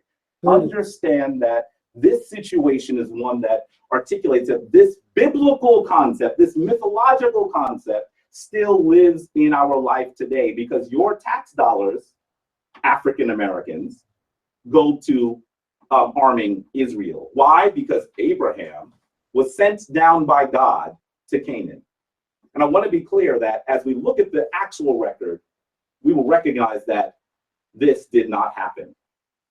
That this is someone's political story in order to elevate themselves over other people. And he also says he's going to make a great nation for them there. This is in Genesis 12, verses 1 and 2. He also says, as he's leaving, he says, I am the Lord who brought you out of Ur of the Chaldeans to give you this land to possess it. This is Genesis 13, 7. And I want to be clear that this is where the concept from them coming from that area is. Sometimes when I have debates with people who are in this house, they say to me, well, our tradition is as old as yours because we actually come from Sumer. Sumer was a contemporaneous society. But I want to be really clear. The current scholarship is absolutely irrefutable today. Those people that were the Hebrews came out of Canaan. They were already there. And so that is what we have to be clear about. Don't get stuck into a story that was created by the Talmud, by the European, in order to empower themselves. Because as long as you stay in that story, you will be prone. And so you'd better have Vaseline. So let's go. Abraham is not a historical character. The Babylonians did not even call that space Chaldea until much later. So obviously you know that this is something written by a person that he wrote it many, hundreds of years later. Just because of the terms that they use. They're depicted as traveling with camels. We know that nomadic camel herders come over 100 years later.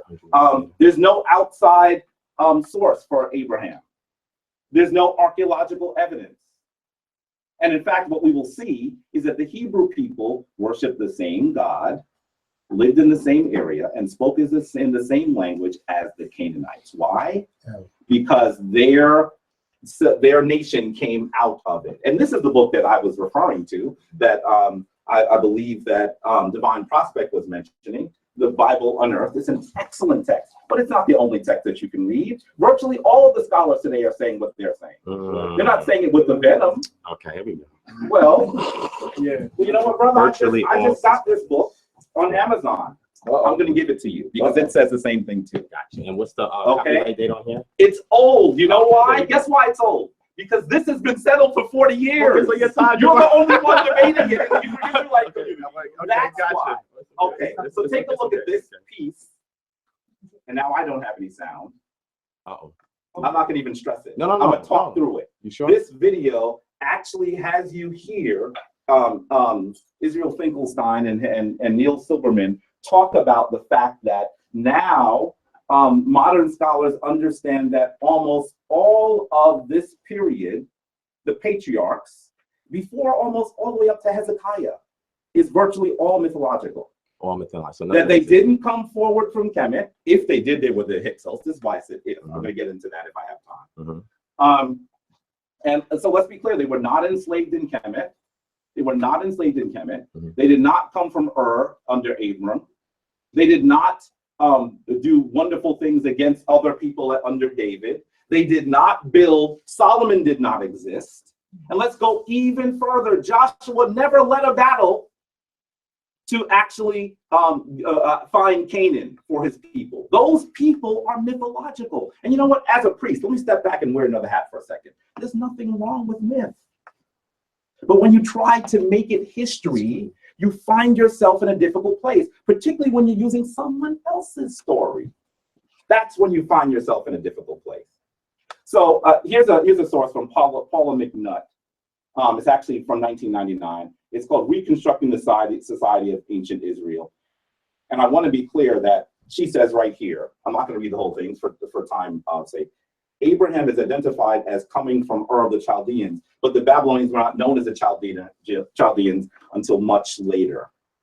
So much of this is actually myth. That scholars, and I know, family, that we're not in the house, we're not into scholarship. Scholars have already settled this. Already settled. Gotcha. They've already settled it. Right, gotcha. Okay, let's talk about Moses very quickly. How am I doing on time? Yeah, how much time? 7 to 8 minutes. Okay, I'm not going to get through the whole presentation. There's no way. But I want you to understand this character known as in fact, let me skip right past here. Moses is clearly a mythological character.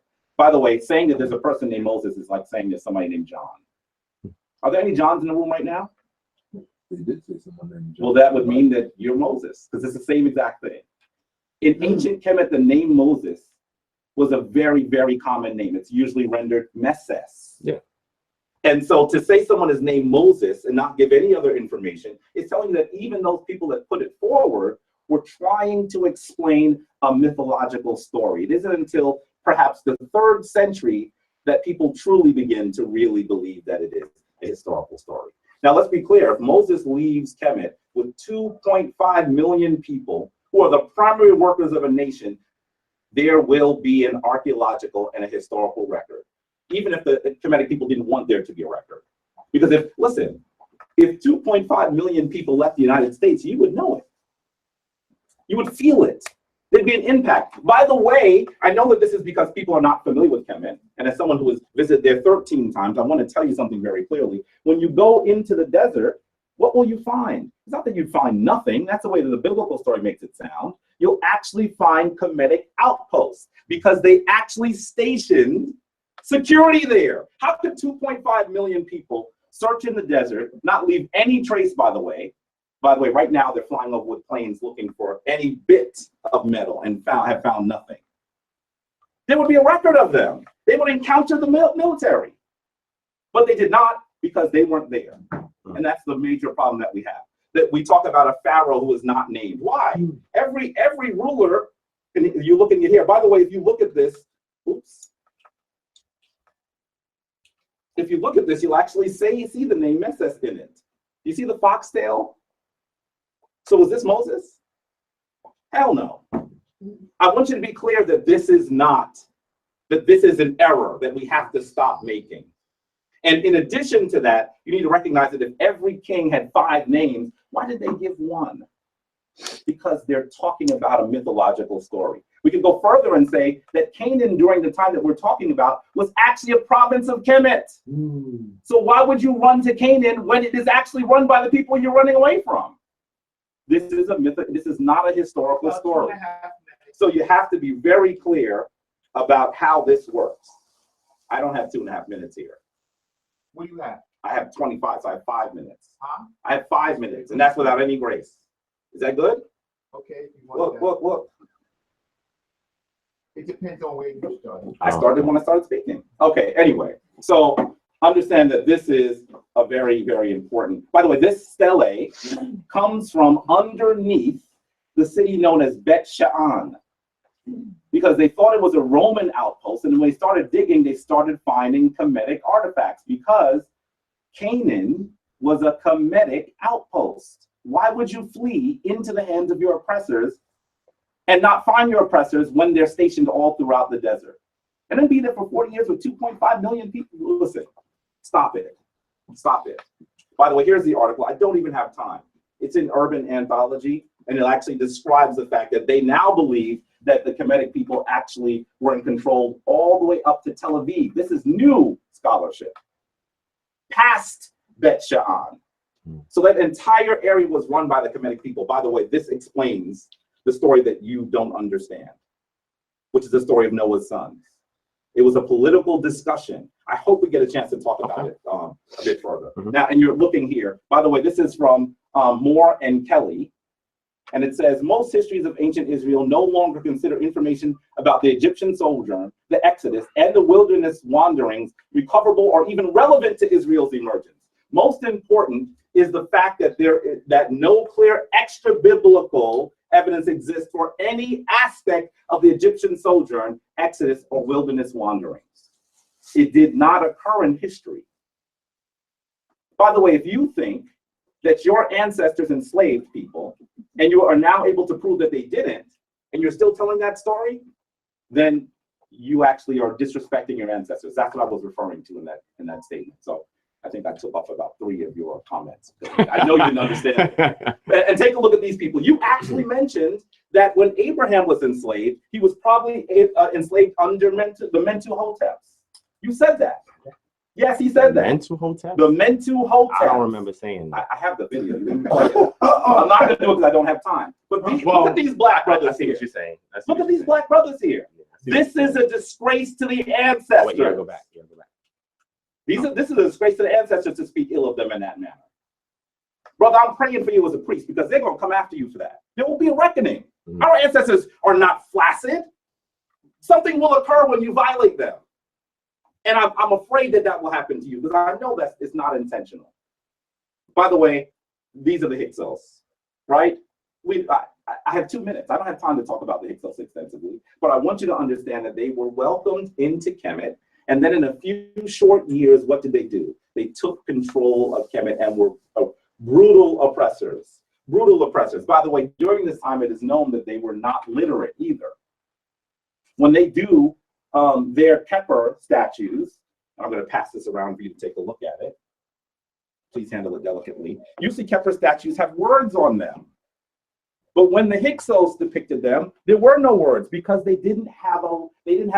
were not literate. They didn't have a written form of their language yet. And so that is what happens. By the way, the Hyksos were defeated by these Africans. These Africans. The one that looks like he's badly injured was the patriarch of this family who was killed. And then you're seeing an image of his two sons on the right who fought. His second son was killed. And then his youngest son was too young to reign. And so he actually works with his mother to free Kemet from the Hyksos. And this is an image of his mother. By the way, notice her picture is bigger because I recognize a divine feminine. And that's something that you must do too, if you're going to be an African. Okay. I'm gonna just say this very quickly because I'm not gonna have a lot of time. Take a look at this image. Who are you looking at there? You should know. That's Al. Yeah, that's Al. Yeah, That's your deity. that's a deity. Yeah, That's your deity. that's a deity. Yeah. That's your deity. That's a deity. Not a deity. We're gonna get into Because it. if you are Hebrew Israelite, the term means L goes through.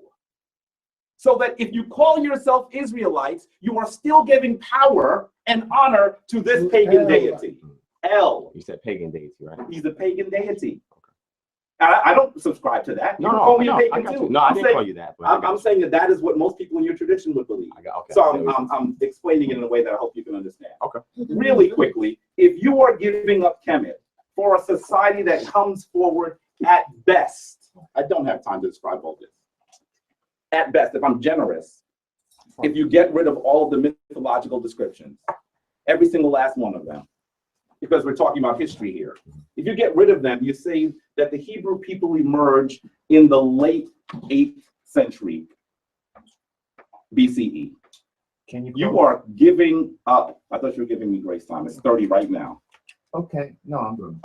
So can you? Okay, I'm going to close. I'm going to close really quickly. No. Okay, really quickly. Just take a look at these images. If you're going to hew yourself to those individuals, then you are forsaking the civilizations that gave civilization to the world. You're forsaking the landmass that is still the most opulent, the richest landmass in the world. You're forsaking literally tens of thousands of years of history for a group of people who were irrelevant to history. Don't get caught in that trap, brothers, because the slave master gave you a book and you're still reading it. Stop it. I have 4 words for you. You are not Hebrew. Stop it. You're an African. And I'm going to say really clearly here, I'm not saying that that my lineage, in terms of my DNA, comes from Kemet. I actually am attracted to Kemet because it is the flower of African civilization and I am an African. That's why. So I don't know why you're following Hebrew. None of those standards fall. You're giving up the first doctors. You're giving up the person that wrote the world's first book. Look at this. When you buy the book in Barnes & Noble, you won't even see his face. I took this picture with my own camera.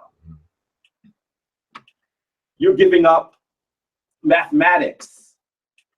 You're giving up proper social relationships. If you're willing to give up all those things, then I question how tethered you are to your ancestors. And look very carefully at these wonderful sisters standing in front of the temple of Nefertari. They have come into knowledge. When I look at your images, brothers, and this is a loving critique because I love you, where are the sisters standing in front of you? I have a good friend that says, that I'm not gonna even name him, that when his wife, he's a Hebrew Israelite, when his wife is on his menses, or her menses, she has to sleep on the floor. That's patriarchy. And I won't even play the videos of folks that are actually in some of the traditions that you actually are in, different chapters that are doing things that are inappropriate. So with that, I want to close. And I want to say, I really hope that we're able to discuss some of the things that you mentioned before and further build. Okay. Because I think that you're an intelligent, powerful brother who has a heart of Ma'at, but I think you haven't read from the source that gives you Ma'at. Peace, family. Whoa. So, can we have?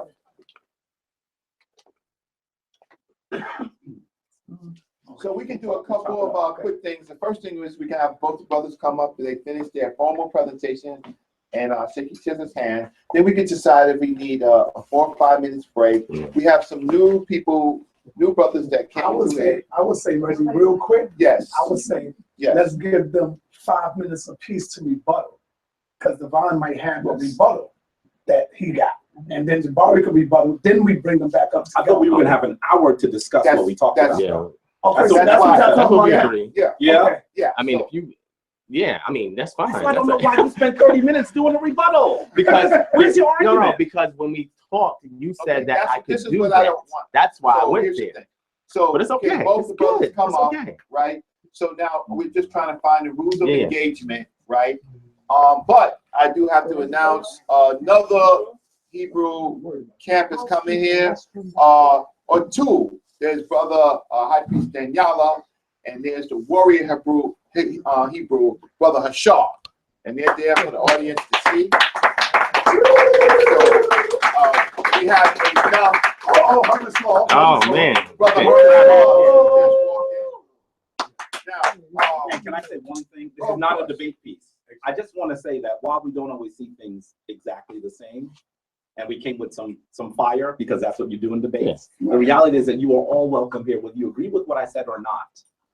This is a home that is based here in Harlem for our people. And you would actually know, this is my home. I'm welcoming you into my home, the place where my queen presides. So please, I'm asking you. He knows that. He knows that. I have to say it because I don't have a comfortable couch. So. Yeah, I know, right? So I want you to stop it. I want you to know that this is a place that whether we agree with anything or not, you're welcome. So just for the community, certainly the Nile Valley has one of their elders here who is also a priest. That's Baba Abu Samaj. And I just, do you have a few words? Yes, I would like to get Baba's take on what he see from these two greats right here, the respectful not in the discussion. context of deciding what was going on. You want to stand up, sir? That would be. He's an elder. He's an elder. I will even hold the Yes, mic if you want. You got it? He's still an able-bodied. First of all, No, I'm learning a lot because I tell people I'll be in school until I leave this place. Ashe. And so, and it's always good to learn from those who you think you have taught. You know, and I want you to know that I recommend your trips to the museum to anyone, because when I've gone with you, I've learned so much, my brother. And I continue to learn, and my brother here, DivineProspect, you're everywhere. I like especially where you're coming from in terms of the unity, you see. And when I speak of Africa, I speak of Africa, the flesh and the soul of the hidden sun, which includes our cosmic origin as well as our earthly origin. You see. So, and again, I'm happy to hear how you have defended the legacy. And I've always wondered, how can you come into a land that's 70 and go out as 2.5 million and talk about how you were enslaved? It seems as if you were dealing in hospitality.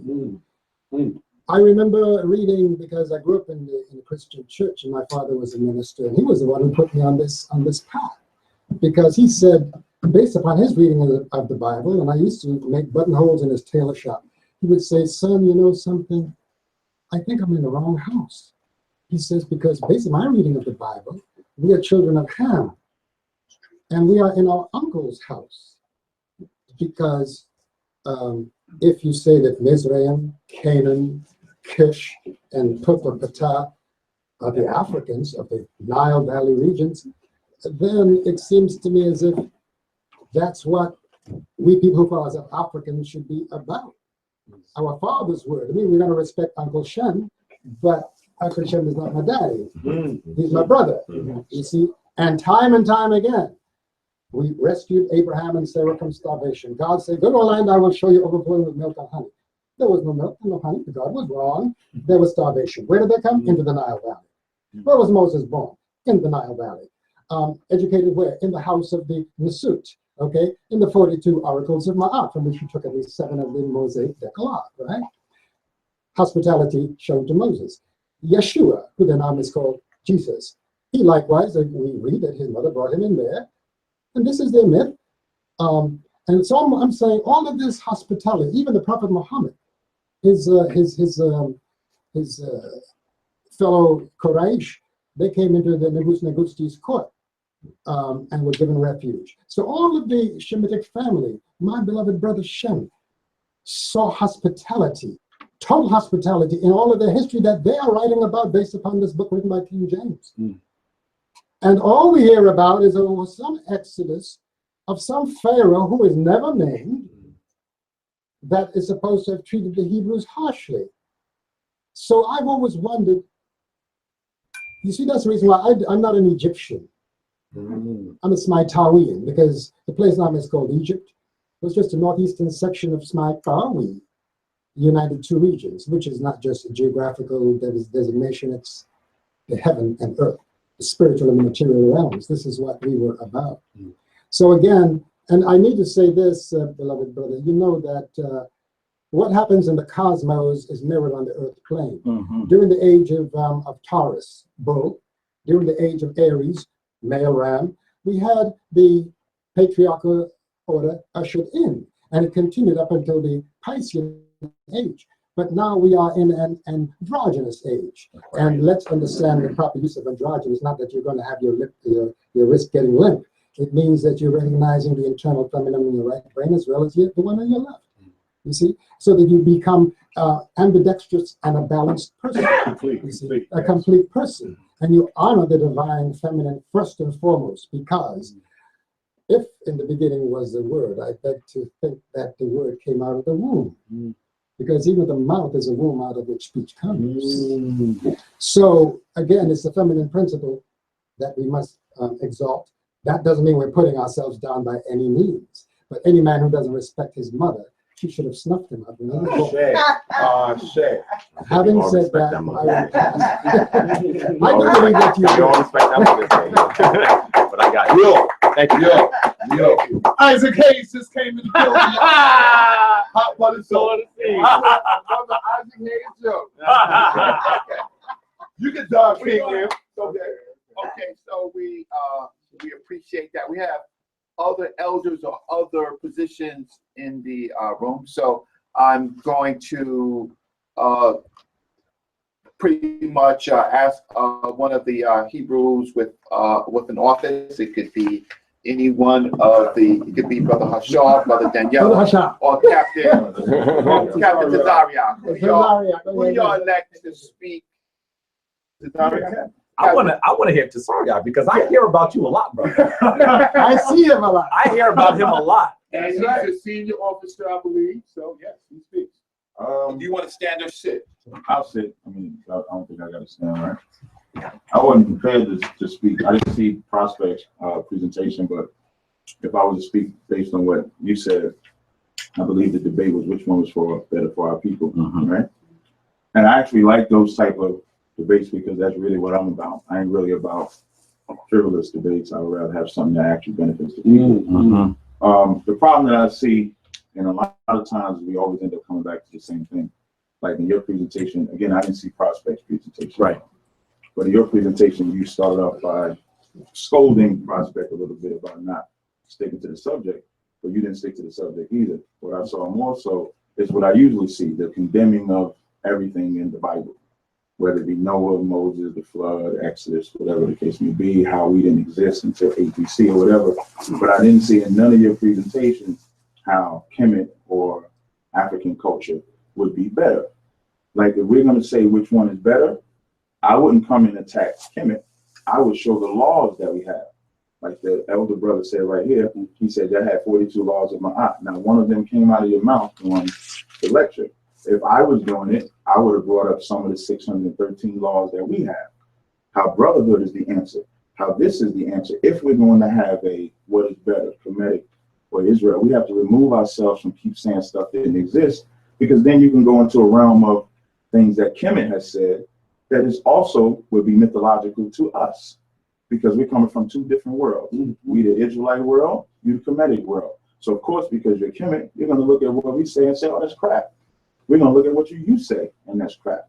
let's get down to the code of ethics, the moral compass that's supposed to guide us. So if you guys follow the laws of Ma'at, you should have presented that. I didn't see Prospect's presentation, but if he's talking about Israel is better, he should have presented that. That's where we need to be, because our brothers and sisters is dying, and it ain't got nothing to do with the flood, and it got nothing to do with Horus, Heru, or nothing. It got to do with drugs, abortion, murder, faggots, all of that nonsense that is taking place. And without, whether it's our laws of Israel, or if you say your laws of Ma'at, if we're not pushing that, we're truly missing the mark. If we're elders, or if we're elder statesmen, or we're people that's wanting to wake our people up. So that's where I am at with it. That's what I observed with your presentation. So I'm used to hearing Israel, you know how many times I heard that nonsense. And then we go and bring our information. Y'all bring some new information. I don't know how you can keep having new age information about we didn't exist. And then when you bring a books like Bible on Earth or whatever, you have to go into the hidden agenda that the individual is writing the book on. Exactly. And the funding of it. Israelis will not want there to be proof that Israelites existed, because they are not Israelites. So the more that they can destroy the myth, the more they would push it. No different than what they used to do with Kemet. They used to do the same thing with Kemet, whitewash the whole damn thing until black people came and brought blackness back to it. Whether I agree with it or not, you guys are able to debunk white people that took away that African culture. Right. But yet and still, you got white people debunking or trying to get rid of our culture, and you're agreeing and siding with them. So the same way you say that we're the enemy, in actuality, you learn from the enemy to become an enemy to us, who you say is your brother, if you go with that theory. So I don't want to get too long-winded on anything like that, but that's pretty much all. Very well stated. Very well stated. Thank you. Okay, so can we have the two scholarly opponents come up and shake hands? Now, what we're gonna have to do is Nobody's going to address any of this comments? excuse me, excuse me. No. Excuse me, there's a room. Excuse me, I know, right, brother. I totally apologize. Brother, okay. Just ain't 125th Street, right? Brother, that's enough. Yeah. That's enough. Peace. Okay, so we have the two brothers now. We're in what you call the That's two. Oh. Yeah, but you don't have the proper. excuse me. Okay, I'm so sorry. No, when we take the picture, I want to have the. Oh, picture you as want? well. Oh, you want? Yeah, that's what we're trying to do. Oh, okay. We shake hands. Yeah, that's what we're trying to do. Can you Oh, shot video. and I hope that you don't find this offensive, right? But I'm gonna do something because you are my brother. I don't want to just shake your hand. I'm asking you to hold the womb of the Ankh. I don't let people hold my Ankh unless I understand their energy. You understand? Yeah, I think. So the only people that hold my Ankh usually are the priests or children who are trying to come into the legacy, or people who I recognize are like souls. So I'm gonna shake your hand first, and then say that I am offering you divine peace. He got his fist up. You better know you dealing with a Hebrew Israelite. I tried to tell you. I got the Ankh up. He got a fist up. The Ankh simply represents life. All of us have wives in here. If you was to get a sonogram of your wife, you will see this right inside of the womb. They say that's pseudo. They say that's pseudo. Excuse me. It's not pseudo. You can't. We can argue. Have you looked at the X-ray and saw that? Excuse me. Yes. Yes, I have. Excuse me. See, here's the thing. So what? That's it. I respect. What's pseudo? Here's the One at a time, one at a time. Focus. Okay. Focus. So the major thing is that we are in the crossfire section. So I need to know some rules of engagement. Sinetta, you're hosting this, right? Yeah, I think we So- got sit. All right. Okay. So we are in the our part of the rules of engagement. So there's supposed to be a crossfire. So I need to know, do you have questions that you want to ask each other? Yeah. Do you have a set amount of questions that or are you going to go from the hip? Is it It's just organic, really. is it? Yeah, it's organic. We can address some points that was made, or we can just talk about anything pertaining to the subject. Okay. Is that So okay then with you? I just want to take a quick look at my notes. Okay, so I know what I'm just trying to figure out is, unless it gets out of hand, right, I shouldn't have It's not gonna to get out. moderate. So, can I ask, or you're gonna be able to speak, what are you gonna speak? 5 minutes apiece on an issue? No, We're we're just speak gonna both talk. back, back and forth. It's organic. It's gonna be Okay. back and forth? Yeah, Just a back and forth thing. All right, this is gonna be real good. Right? But I don't have any problem to use my. you're gonna have to be respectful, you're gonna have to be mindful of the We time. always respect. We got this. No, we're not always respectful. We're trying It's to in be the, respectful. it's in the, Huh? We're trying to be respectful. Well, let me say The this. caliber of gentlemen we have today. Let me No, say I'm not this. trying to hear that. I'm not trying to hear that. I'm just trying to say, I'm just trying to set up the rules so that we can be respectful. That's all. And I'm not being biased. I am who I am. Are you right? talking to the participant, the people who I'm talking spoke, to- or I'm talking- everybody? No, I'm talking, it's several things going on. Okay. One is the two of you, I respect both of you. I know that you're going to carry yourselves. I'm also talking to the audience. Okay, that's, I'm okay. talking to the community. That's what I'm asking. Yeah. First, I'm informing the community because I know both of you have high values. I respect both of you. The community may have their own concepts. So basically, what I'm going to do is I'm going to give you the mic, and you can choose who's going to speak first, and then after that, you're going to go back and forth. But can I say this? Can you only speak on a question or answer for 2 minutes? Can you be mindful of that and then pass? So can you not do 5 minutes, 6 minutes? Can you just do 2 I think minutes that's fair. a piece, right? I want it to be a dialogue rather Yes. than a. Right, but that's what I'm saying. Just We've pass on the spoken, mic and let we've it dialogue, spoken, we've man. spoken. But here's one thing I want to ask about. I know that one of the things that you disagreed with me saying, I was trying to articulate it. Well, no, I'm I'm not. not we don't asking need you the a question. time. Y'all just done. It's an hour. It's an hour. Floor up. Right, but are we starting now? Because I didn't know what Yeah, you was doing. Yeah, we're starting now. Back and forth, it's supposed to be Yeah, an we're hour. starting now. Okay, so we're starting now. All right, Yes. starting now. One of the things I wanted to clarify with you, because I know that you said that you were not trying to unify our people under the banner. 718. Under the banner of the Hebrew Israelites. But what I was trying to say is that if you're coming to the discussion using the Bible and saying that we should unify, then you're telling us to unify under the banner of Hebrew Israelites.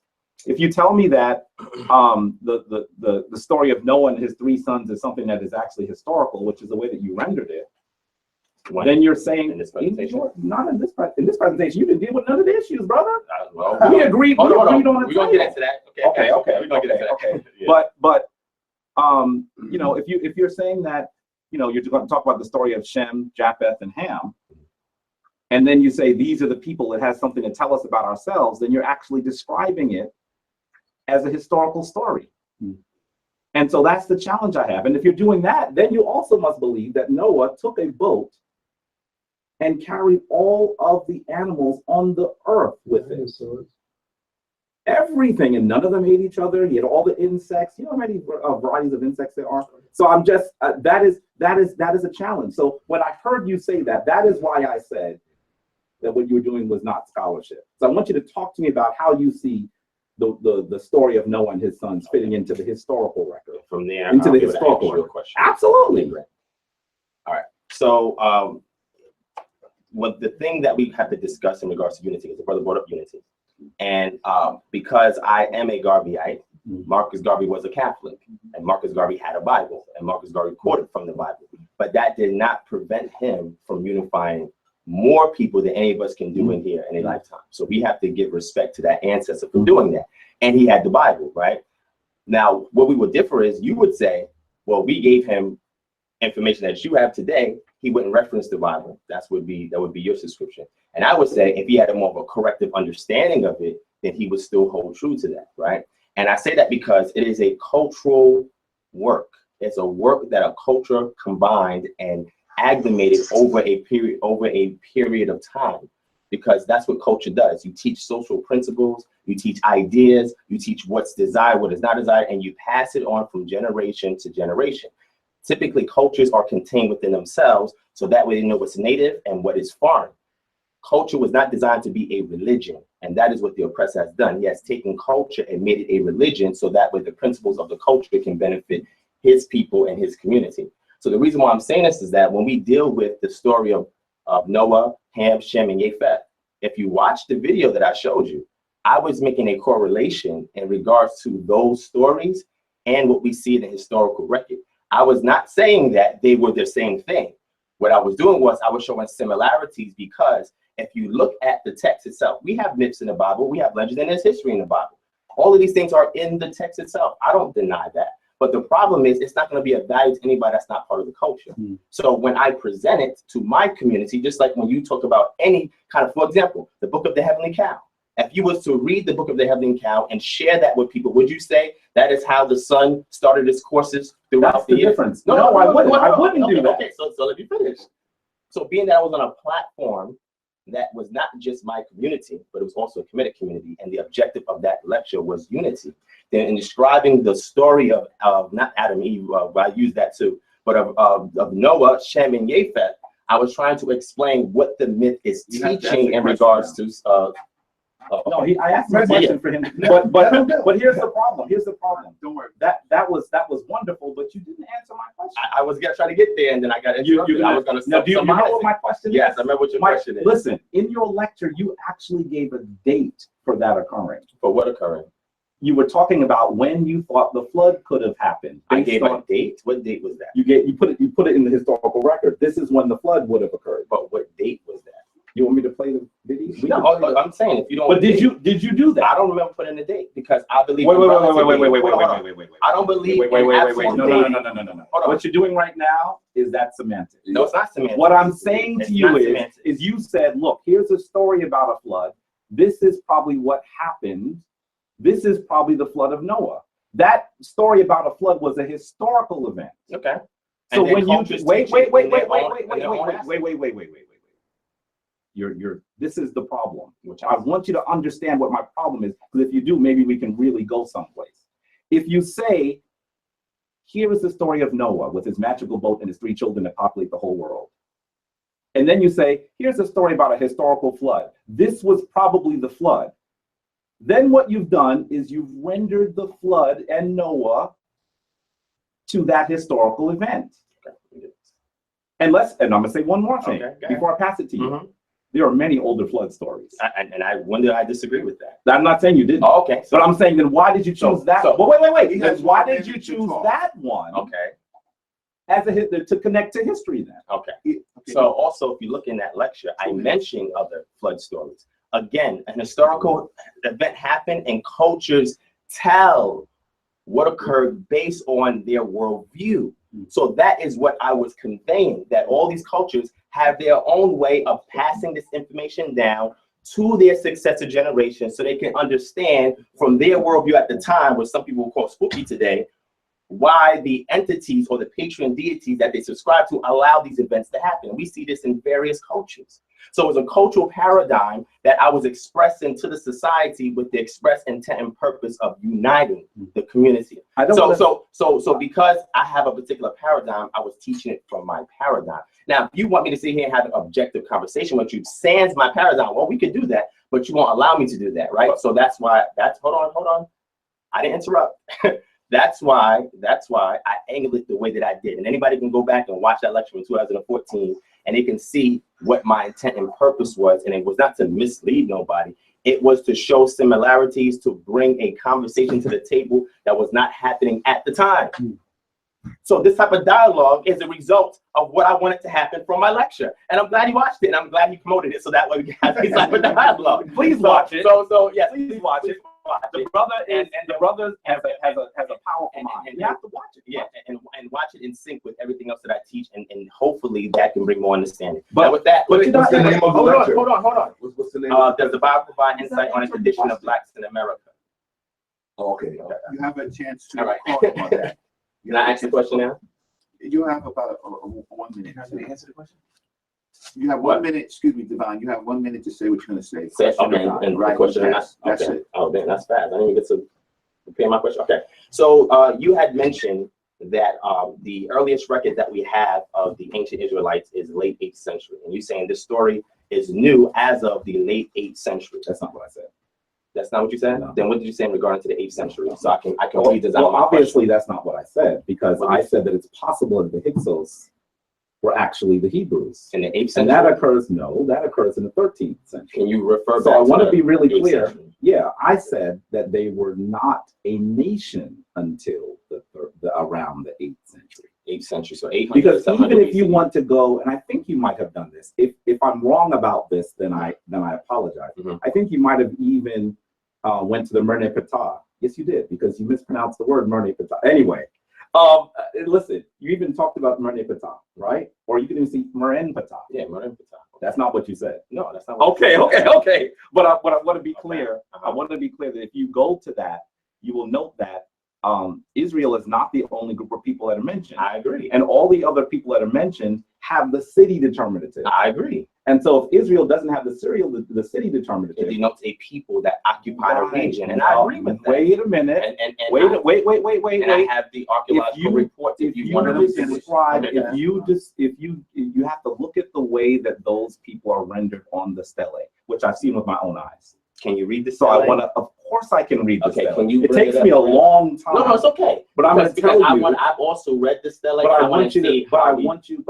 This is a very basic thing. Yeah, If we yeah, go no into problem. reading a stele, it's going to take a long time. No, but It's just a very basic thing I think you'll agree on. Sure. But I want you to understand what I'm trying to say. Okay, got it. When you look at the other groups of people that are described on that stele, Mhm. they have the city determined. That I means that they are linked to a geographical place. Mhm. When you come to Israel, there is no geographical. Because they are determinant. people. Yeah, but the people that are not linked to a place. So what I'm trying to say But they're is, in a place. but wait. Yeah. Of course, people have to be in a place, There but you that's go. not my point. My point is, I'm getting back to what you were Yeah, asking. I never said it was a nation at that No, time. wait. I'm getting back to what you're asking.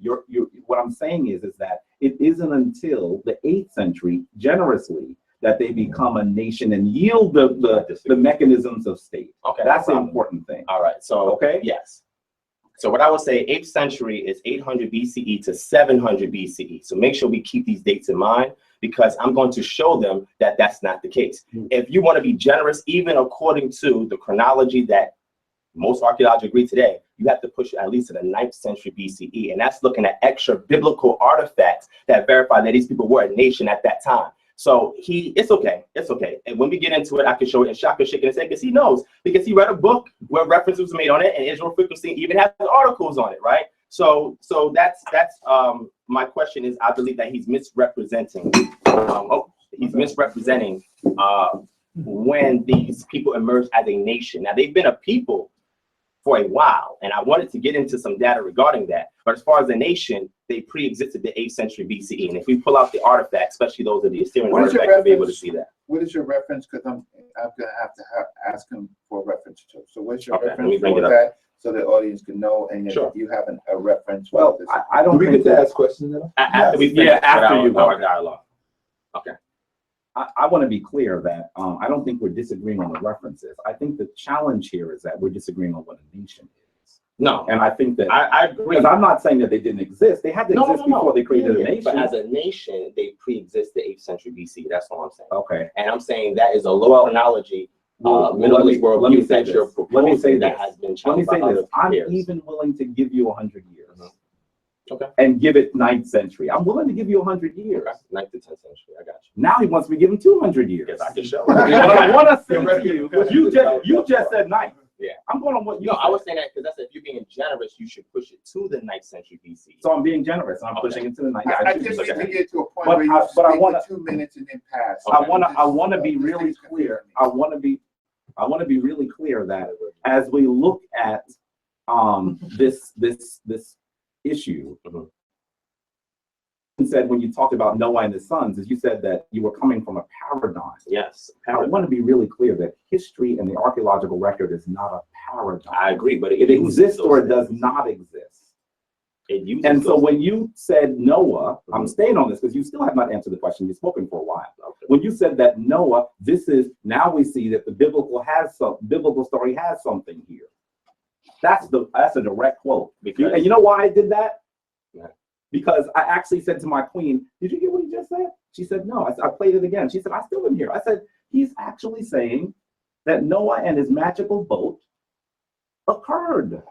What I'm saying is the Who would say- culture has a social memory of an event that occurred, and they put it into the literature. So then you are saying, So what I'm doing is Give me I'm the mic. showing you I'm showing you the literary record, and then I'm showing you the actual event that occurred that caused this story to be told. So And then- let me Yes. finish. Yes. To be told through various other cultures. Yes. Now you're not going to see all the same details in each culture. no, I'm But not saying that but either. hold We're on. not disagreeing now. Okay, hold on. I agree. But what I'm saying is it's a cultural literature that is passed down to the worldview or the eyes of the culture who created it about historical events that did take place. I'll give you an example. Have you heard of the Entomonaki?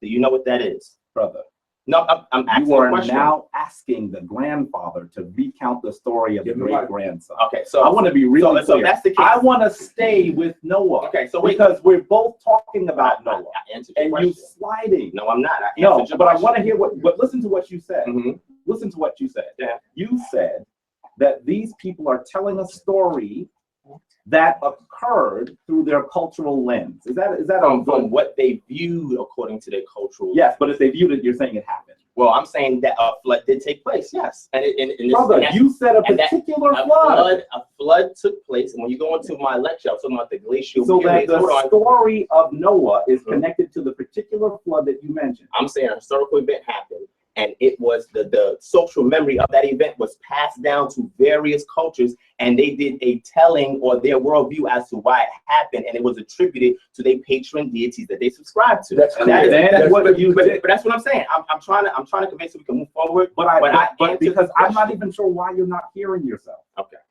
I don't know why you're not hearing yourself. I think you're trying If to you tie tell me a to story, something. no, Give them- something you got it. said. Okay, so speak for 2 minutes straight. And then If you, I'm sticking on this because we could go all over the Creator's green earth. Okay. Right?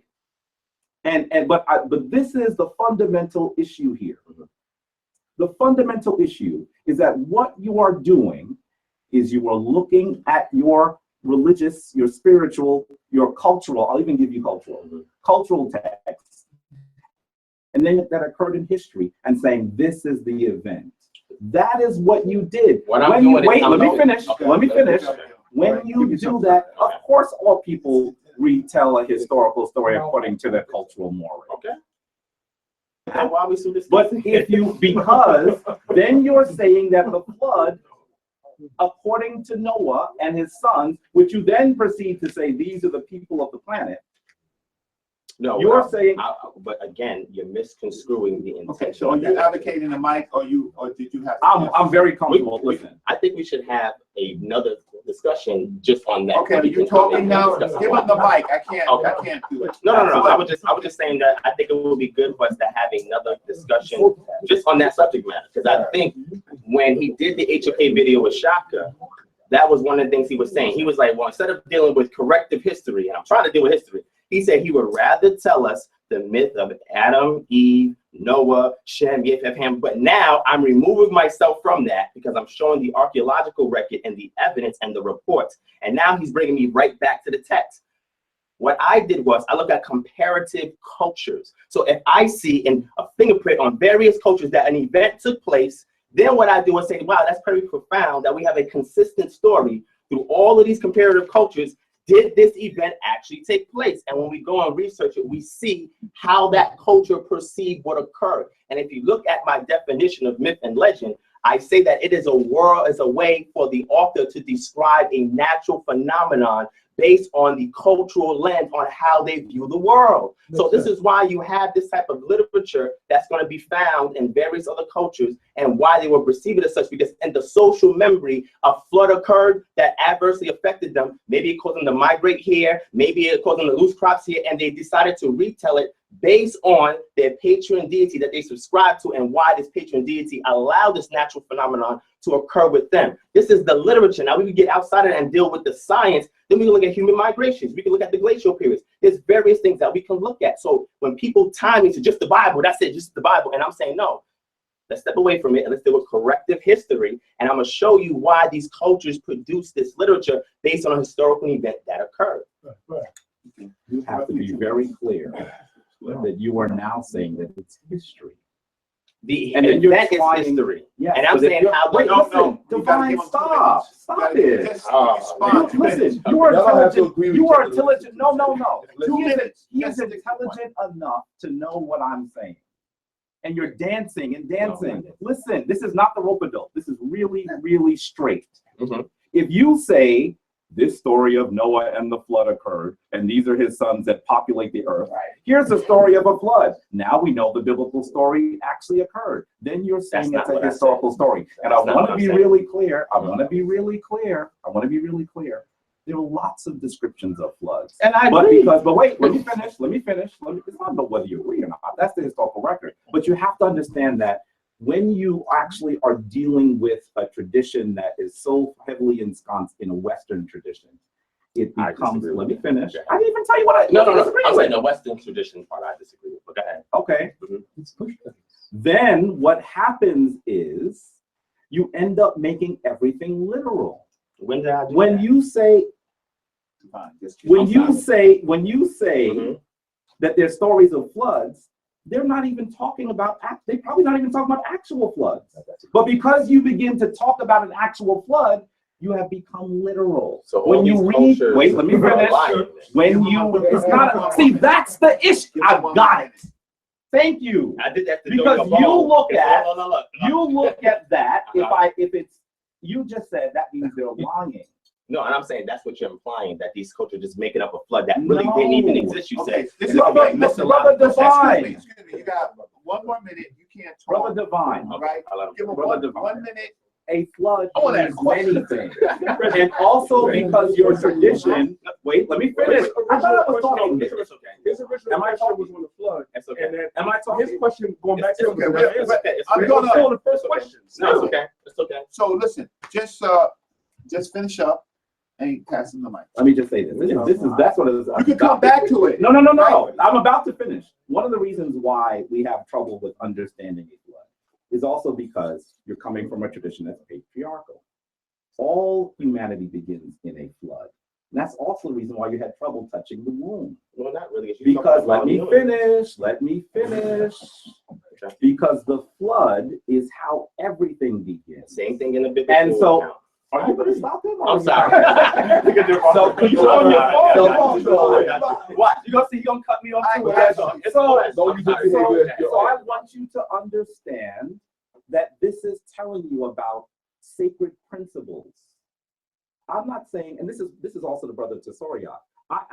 We were talking about history, so it may sound like I was actually insulting the Bible. That's not what I was trying to. Well, he said I did, but so that's not what I was trying to do. What I was trying to do is actually say that when you make mythological stories, history, you have a problem.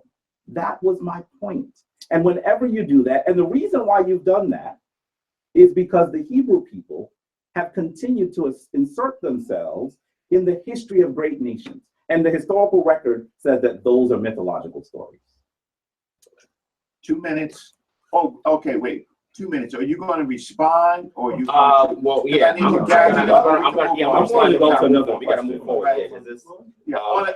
Because it seemed like the question I asked wasn't really answered in depth, and it switched back to his first question about the flood when I asked him about the historical record and archaeological record dating the provenance or the origin of when this nation emerged, and I wanted to deal with the evidence on that, but then we switched back to his You first asked me a question about it? Yeah, about the 8th century thing, and we didn't really get to fan that So out. what did you No. If I didn't answer That's okay. We're gonna move forward. So what I will say is that what I'm saying is that 2 minutes. oral tradition is very important. For anybody to say that a culture that succeeds another culture is insignificant and we shouldn't subscribe to it, we might as well.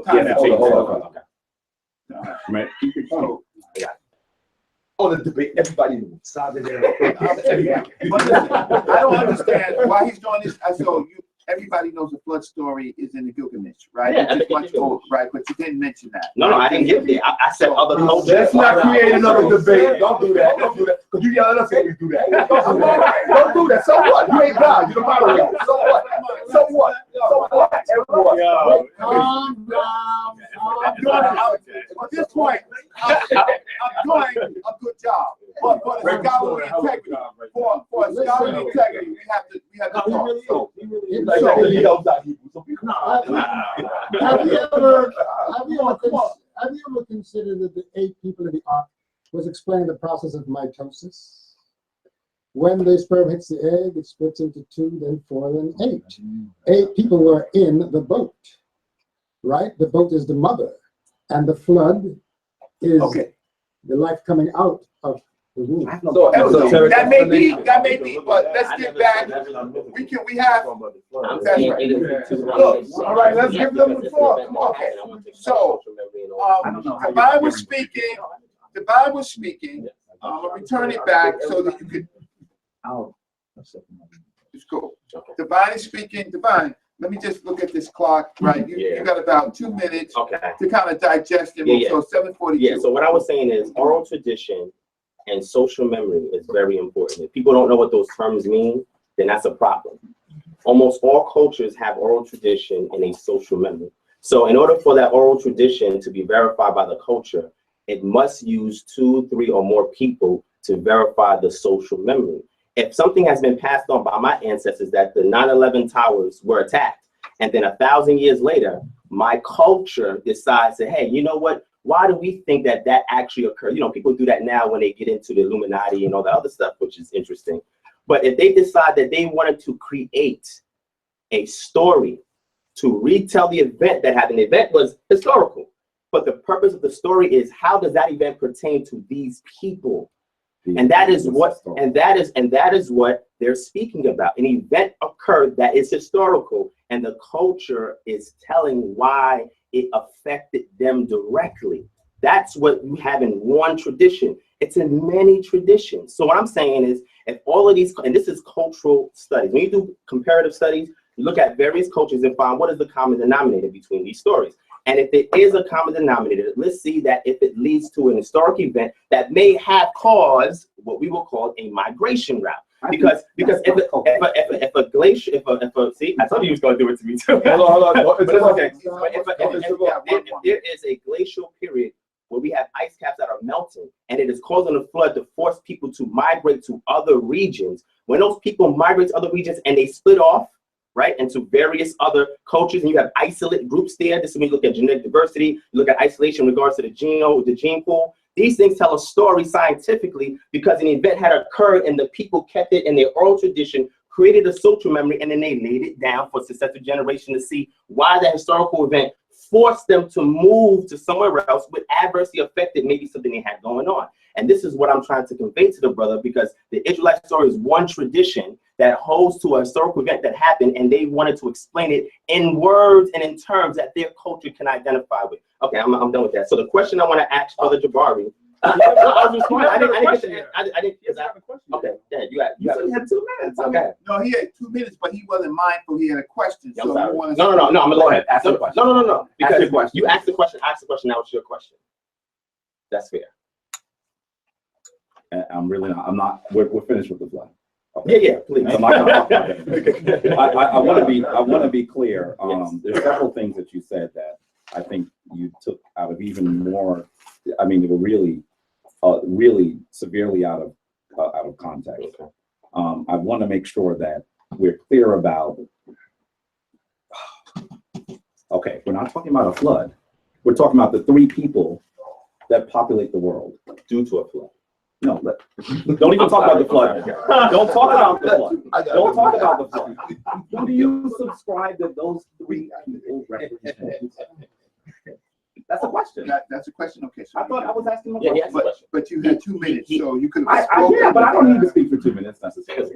So he asked me, who do I think that those 3 people signify? And when I did that presentation, I answered that question. I know. So what I'm saying is, according to the culture, they were trying to look at the distinction between various tribes of people and their origin. So they were postulating the origin of these peoples and how they came to be and settled in the region that they settled. So the culture had a social memory that was laid down to explain, well, why are there people all the way over here? And why are there people all the way over there? To a historical event that occurred that forced a migration of these people to go to various places. And by the way, I don't teach a world flood. So hopefully you're not saying that I'm saying that. an issue that occurred that forced migration, which I did touch on in that lecture, and it caused people to settle in different areas. Now the culture is recounting in their social memory what occurred, and now they're implying that their patron deity had his hand involved in causing that to happen, causing there to be a dispersal of people. When we look at the Entemenaki, which is actually the historical Tower of Babel, if you actually look it up, after that tower, that actual tower was destroyed, it caused a separation in the workforce of people that went in other areas, and there was confusion amongst them as to what occurred. So when you look at historical events and you see how did this culture capture this and pass it down, and the implications of it that only pertain to the culture, it gets us to understand that this has to do with the migration of people who all stream from the same source at one point. This is why when I talk about similarities in that lecture, now I'm not talking about my mono scholarship, what I was trying to convey is that we all came from the same stream. We all came from the same, hence why there's similarities. Of course, there's going to be some streams that are earlier, and there's going to be some streams that are later, but we all came from the same stream, and we diverged, or we separated, and we migrated and settled in various areas, which the recent Out of Africa model actually exemplifies. And the culture is telling how did these people get to these various areas, and it's in the story of Noah, Shem, Ham, and Japheth. It's going to be very hard to do this if he doesn't answer the question. What was the question? What was the question? Let's see if you heard it. You asked me about the story of Shem, Ham, What did I ask you about? and you asked me about the historicity behind it. Is that what you asked me? That's not what I said. So what was you asking me? I asked you very clearly and simply, Mhm. who do you subscribe those three sons represent? I told you. No, They you represent did the not. progenitors. They represent the progenitors of various tribes of people who are scattered So over the according to world. your understanding, According to the according to culture. your understanding, and you already, it's on video. That's fine. So, but how come you won't say it then? I won't say what. You don't want. Who do they represent? Okay. So you want me to tell you according to what the literature says they represent? Tell me. Because you asked me I a want you question to that I tell me, answered. who do you subscribe? I've asked this Is question. there another before. way, Hey, Jabari, is there another way to formulate the question? That I just think it's makes the me want to simplest lose- way. But apparently it's not for him. So is there another way that you can formulate the question? What tribe of people do each of those three men represent? What? And I that's wouldn't what use the I word said. tribe. I I wouldn't don't use the even word like tribe. I would use the word. I will ask this. I'll say it this way.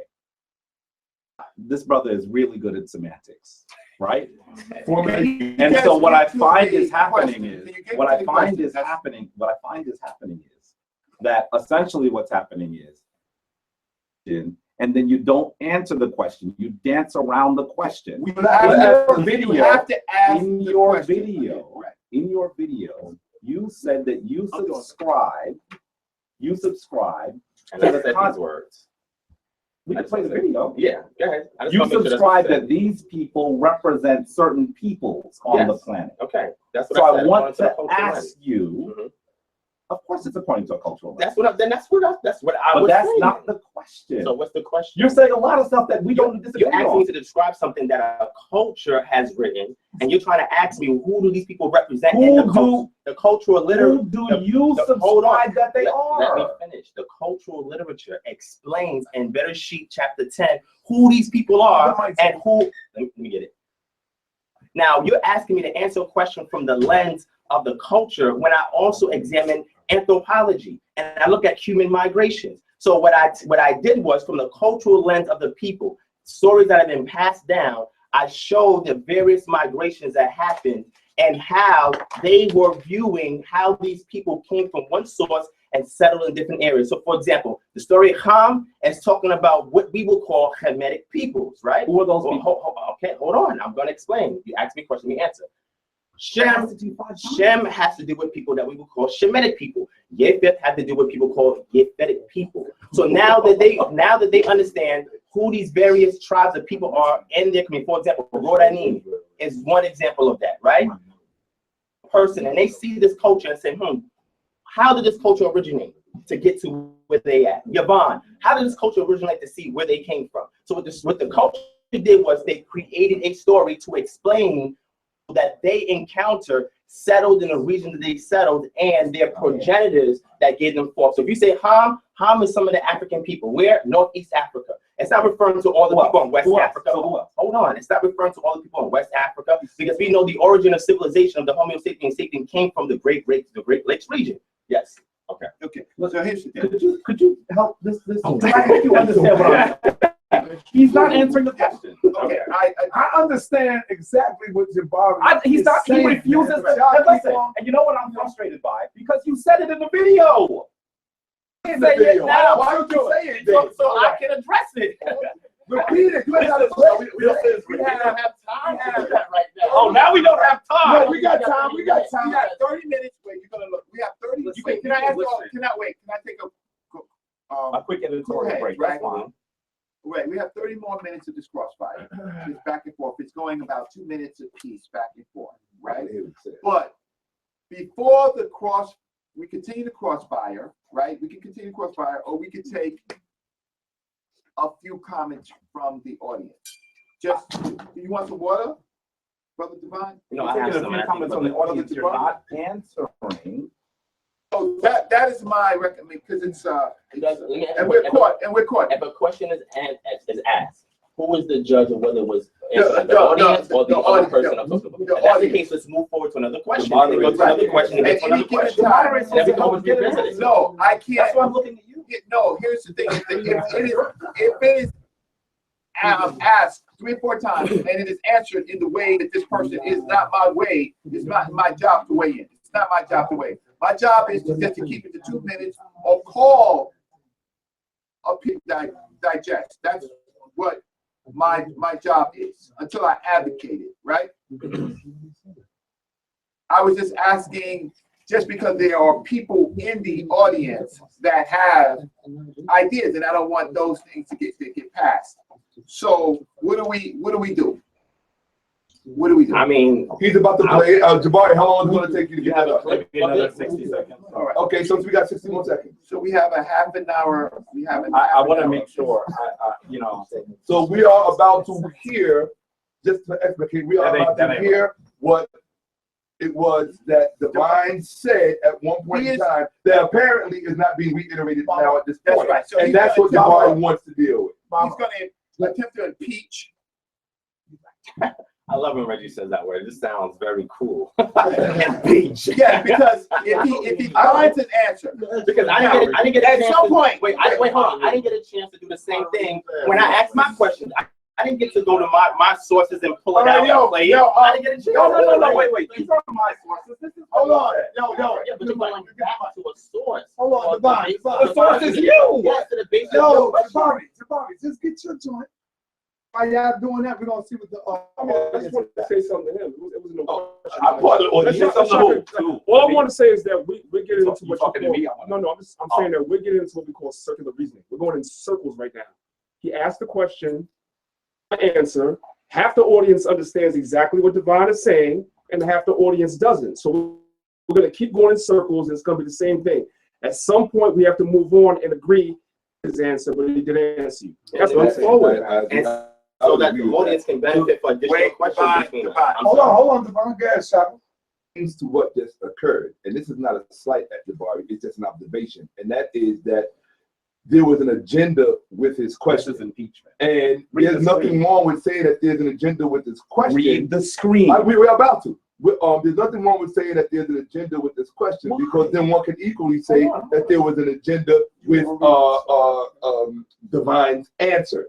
So and so what this is going to do perhaps is back us up to the point where the agendas can have their day, the agenda in the question, and then perhaps the protagonist will back the antagonist, or the antagonist will, which one is the antagonist protagonist? Well, one of them will back the other one against the wall. Which is what needs to happen right here. That's what needs to happen right here. What I see what's going on. What I see what's going on is that Jabari is trying to get Divine to state what he stated in his video, and he's not trying to let him off the hook. But he might not remember. But everybody is getting Oh, come on. He remembers it. I remember what I said. All right, Jabari got the mic. Jabari got the mic. Jabari, you have 2 minutes. Routinely, what I see Brother Divine doing is he's hold his feet steadfast to this lecture. He's tried not to hold his feet steadfast to his community. He's tried his best to not actually articulate things that he clearly articulated in a video that we all saw. And it really is frustrating to me because I want to have a dialogue around it. But if you know that this is where what's happening, family, if you know that the reason you gave actually posits you as an enemy of Africa, and therefore you don't want to say what you said, but those are relative terms. Then that is why he will not say what he said on his slide. He says right here, very clearly here, he says Shem's lineage will be blessed by their God. By their Japheth's lineage, I'm sorry. we're not disagreeing on that. No, go ahead. Japheth's lineage will be colonialists to enlarge their territories. In the parentheses on his slide that he typed, Greeks, Romans, Europeans, Asians. Okay. Japheth's lineage will dwell in the homeland of Shem, the state of Israel. Okay. I want you to be really clear. By the way, and this is the other reason why I'm offended and why I wanted to pin him on this. Because this brother is brilliant. He's brilliant. But he has to understand you're dealing with a brother who is as brilliant and is more seasoned. That's the problem here. It's okay. So I'm not allowing you to dance. You may think, let me finish. You may think that and some of your family even thinks I'm harping on an issue. But the reason why I'm harping on it is because I'm not getting a clear answer to some. It's not that let me finish.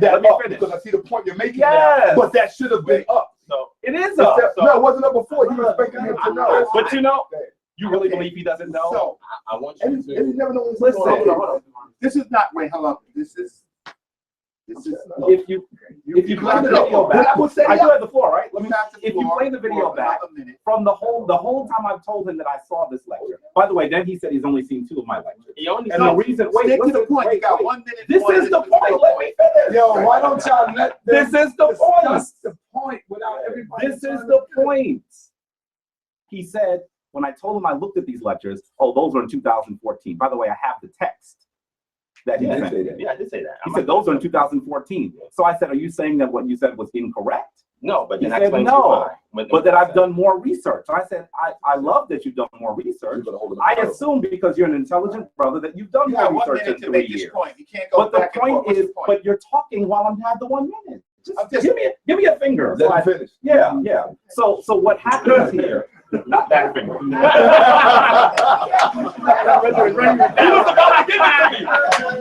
about to give you both. Anyway. This is the thing. What I'm asking him to do is not something he doesn't remember because it's something that everyone in his camp subscribes to. What I'm asking him to do is not something he doesn't remember because he actually, I'm not talking about your organization. I'm talking about people who subscribe to the belief that you subscribe to. And so y'all keep cutting them off. Yeah, let me finish. And so I also saw you type it on a slide, say it. I watched the lecture once. So how come I remember it so clearly? You've been dancing from this. Because essentially what you're saying, by the way, also, Reggie, notice that he doesn't say who Ham is on the slide. You know why? And you know why it took me, yeah, because it took me 5 times asking you the same question for you to say, well, they're some of the Africans. Why is that not on the slide? Why is what not on the slide? Who Ham is? Because Ham is not relevant. Okay, wait 1 second. Someone has the mic. Because Ham is not relevant to family. Ham is not relevant stop. in regards to the subject that is a mic. Wait 1 second. Do you want to give it to him? Yeah. So you have 2 minutes. He asked me why is Ham is not there? Like I have an agenda against Ham or African people, and that's what we differ because that's how I know he does not watch my work, right? What I'm saying is he brings up one random slide when you don't see the hundreds of slides before it. He brings up one. This is what's called proof texting or cherry picking. He brings up one slide and is a subject. What does that say at the top, people? Somebody read that. This prophecy is relevant for certain reasons. Prophecy is a literary device that cultures create to explain things eschatologically that is going to occur in the end times that relates to their particular culture. So when it says this prophecy, I'm relating it based on how that culture sees the prophecy playing out and how it has, how it has its effects on that culture. I can't single out every other tribe, but people say, why ain't every tribe in the world up there? Because we're talking about a cultural literature for a particular people and how certain events affect those people, whether it's arbitrarily, whether it's adversely, whether it's beneficiary. Either way, this is me speaking from a paradigm of the culture. I wasn't trying to talk about it because I could go into other cultures if you want and say, well, you know what, let's look at other African cultures and did they have elements of prophecy in their culture? And if so, what did it relate to? So what I'm saying is you cannot cherry pick one slide and read this because prophecy is relative. Prophecy is relative. I didn't say, well, you know what? This is a scholarly. I thought prophecy was relevant, not relative. No, it's relative because, again, my outlook of prophecy is not going to be your outlook. You may not even subscribe to it. Because, but somebody, because your outlook is anti-African. No, it's not. It's not anti-African at all. No, it's not. No, it's not. I even read a slide for you to show you earlier when I was doing my presentation as a footnote why I don't even hate people who subscribe to Egypt. Why would I hate people that subscribe to Egypt? That's crazy. I don't understand that. But did you have another question to ask? Or was that your question? Oh, another question to ask. No, I don't know if that was your question. This brother is like Ali, slipping and dodging. No. It's the road show. You are So you saying he didn't answer, Jabari? Are you saying he still Listen, there? listen, wait, let me finish. Let me finish. Let Jabari finish. The only person let me finish. This is it. No, excuse me. This is The only person who has the floor is Jabari. I will say this, unless he advocates to and Elder I will Shabbat. be finished. And I would assume that as the moderator, you would allow the elder to speak. But I want to be able to. No, I asked if you want to advocate it to him. That's what I said. I don't automatically do that because there's other people in the room. Let him finish. Go ahead. Go ahead, Jabari. I want you to clearly understand that now Divine has told us that the slide that we're seeing is actually, you have to look at the title to understand why he didn't mention Ham. The title of the lecture. The title of the lecture on the screen, Prospect, does the Bible provide insight on blacks in America? He's told us that Ham are the black people. You telling me he didn't write down the black people on the slide when not the title of the slide, by the way, the title of the slide does not impeach what I'm saying, but even the title of the lecture is about black folks, but he didn't render them as Ham. When did I say I didn't render black people as Ham? What? I had to ask you 5 times before. Okay, so you but you never. But you didn't put it on the slide. And the reason why you didn't put it on the slide is because that story actually subjugates the African and their offspring. That's not true. And when I say that, that means you are anti-African. I disagree. And let me say one further thing. Of course you disagree. Of course you disagree. I would disagree if I had egg on my face right now too. And you have egg all over your body. I moved out this. So let yeah. Oh, he dodged. He dodged. He dodged. He dodged. Passing the ball, you're throwing. You gotta understand. You have to understand very clearly that this is a political story. Okay. The reason why Noah, who is offended by his son, doesn't curse his son, but curses his grandson, is because this story is actually about how the Hebrew come out of Canaan. No, they didn't come out. And so what they're doing here is they're saying this is why we can subjugate our brethren. That is because they, Well, you can explain it when he's because finished. they are the children of someone who did something horrible. That is what has happened here. And so let me ask you another question. If you have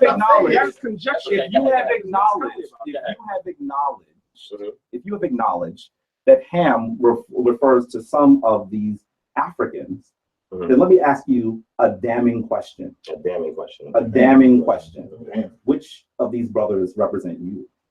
Represent you. 2 minutes. Hold on. You see, to my emotion. This brother gonna give me a stroke. No, we don't Which brother? He gonna answer. He gonna answer. Let him answer. Say brother for 30 minutes. No emotion. Let him answer. No, I'm not really all right. So I said, are you ready? Let me know when you're ready. I've been ready for 30 minutes. All right. So now his question is, who do I relate Ham to be? This is what his That's not what I just asked you. Wait. Let me finish. I mentioned in regards to my PowerPoint. Okay, and again, I'm gonna answer the question. I mentioned in my PowerPoint earlier the heritage. I didn't even get to expound on that element, but I went and made a reference to somebody who also has a heritage that is similar and explained why I take my particular worldview. This is why I didn't even get a chance to finish it, because if I did, he wouldn't be asking me this question. So I'm not saying that this is all inclusive. I never make that point. What's this? I just want to know what this is. So this in regards to your statement, in regards to this is definitive, and this explains everybody on the planet, and this is your outlook on how you view anything. I'm saying, in regards to my matrilineal lineage, I explained that there's a heritage that I have received, right, that I've woken up to, and I identify with that, and the culture, the cultural paradigm that was created to answer certain elements within their worldview. Now, did anybody here see the slide I put up that said heritage? How many people seen that slide? Who was here? And in that slide, what was I saying in that slide? Because I mentioned it briefly. I'll let you answer it. You know why? I don't even want to. You know why I don't? You know why I don't? You know why I don't? Because this is, once again, he's trying to get me to ask him another question. No, it's not a dance. Why? Because he didn't answer the question. Why is he asking me to ask him another question? He's asking me. He's asking me. That's what I said. And I'm answering the question. Hold on. So he hasn't answered the question. I told him. I told him according to my matrilineal lineage, going into the heritage, I told you about the investigative work that I've done, that I'm still in a process of verifying, that I've inherited a culture through my mother's line. Hold on, let me answer. Okay. And according to that culture, you do the same thing. According to that culture, he's acknowledging he's dancing. No, I'm not. You do the same thing. No.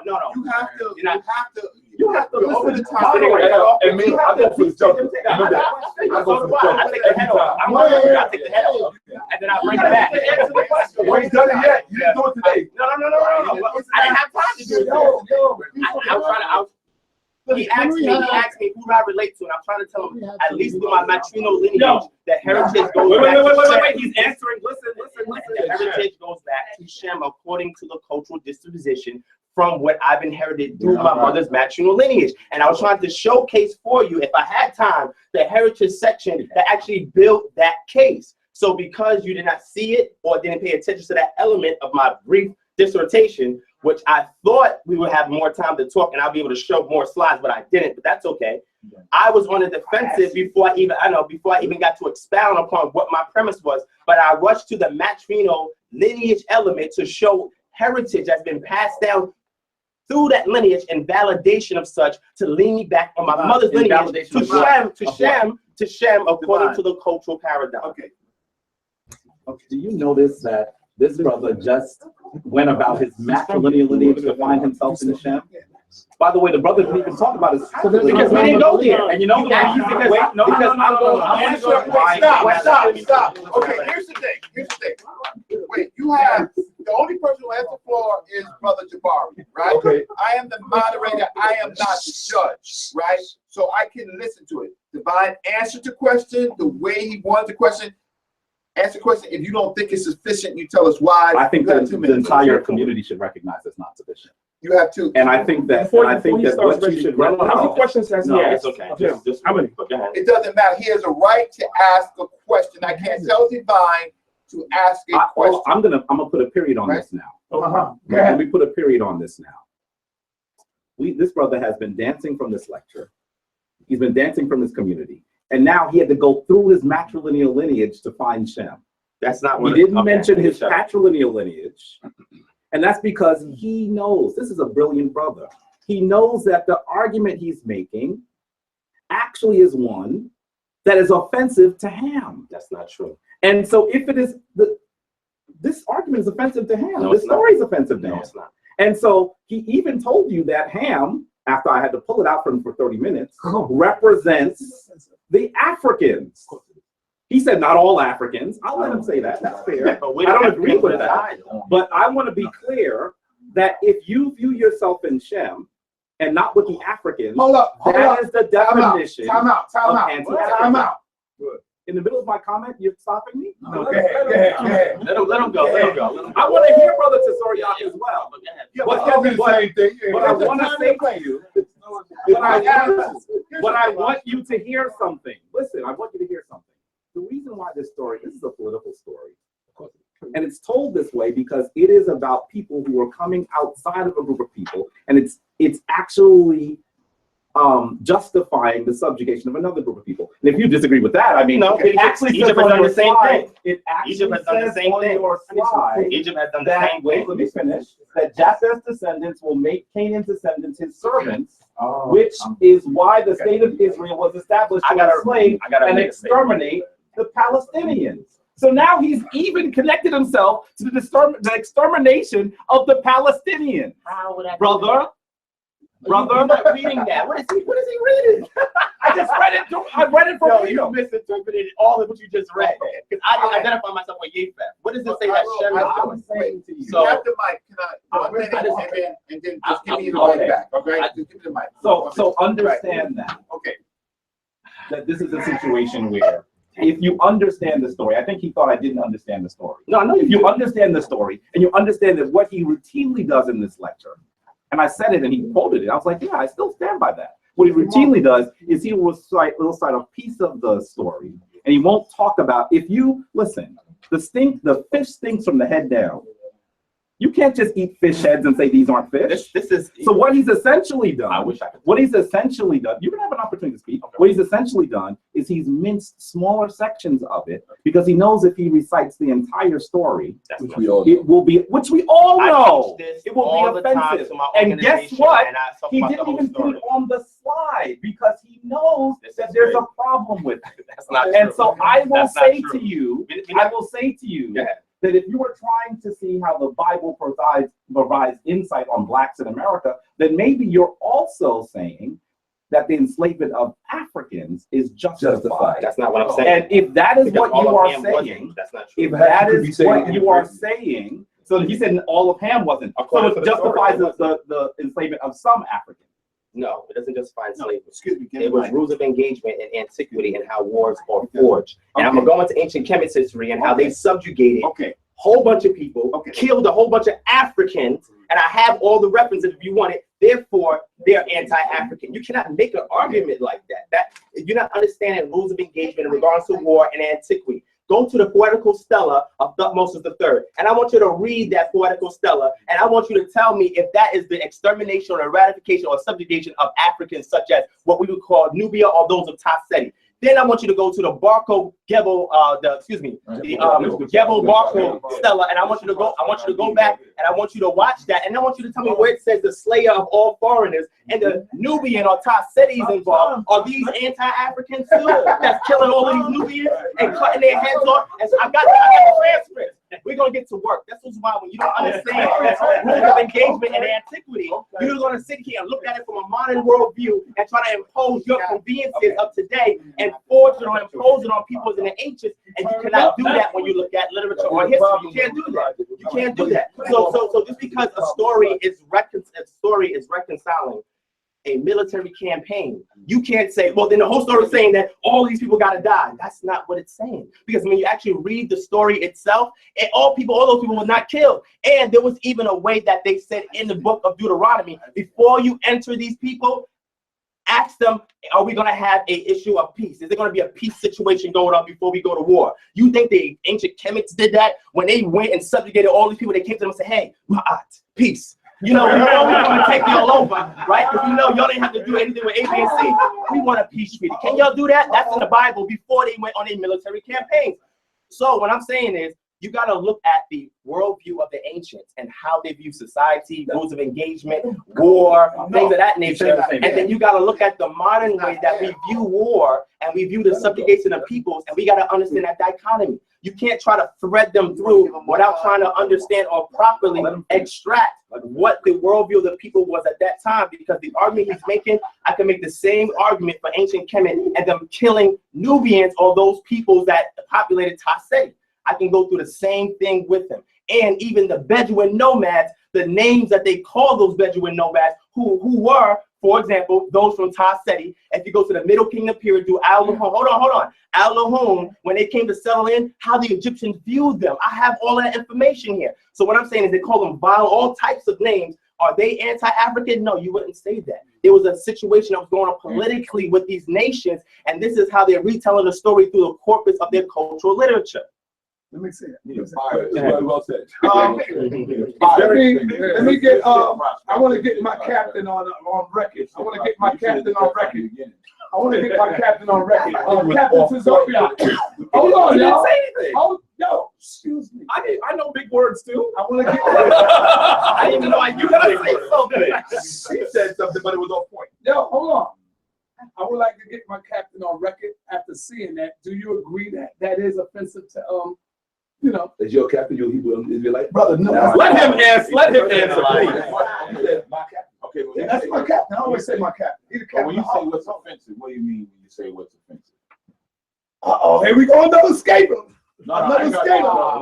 Can we wait till we finish? Tell him, Yeah, what's because I was offensive. gonna have the first question. Tell him what's offensive. How much time do we Do have? you not think it's offensive Hold on, y'all. to say that the African Actually, and its offspring actually, will be it's cursed, You better know what you're talking according about. to this story? No, Do you find that offensive? I got it at 7:20. First, And then, wait, and then answer this. Which of these sons represents you? Yes. oh, no Hamite represents me. We started at 7:20. Now Oh, it's stem from Abraham to Isaac and Jacob. That's what I represent. Just answer that question. All right.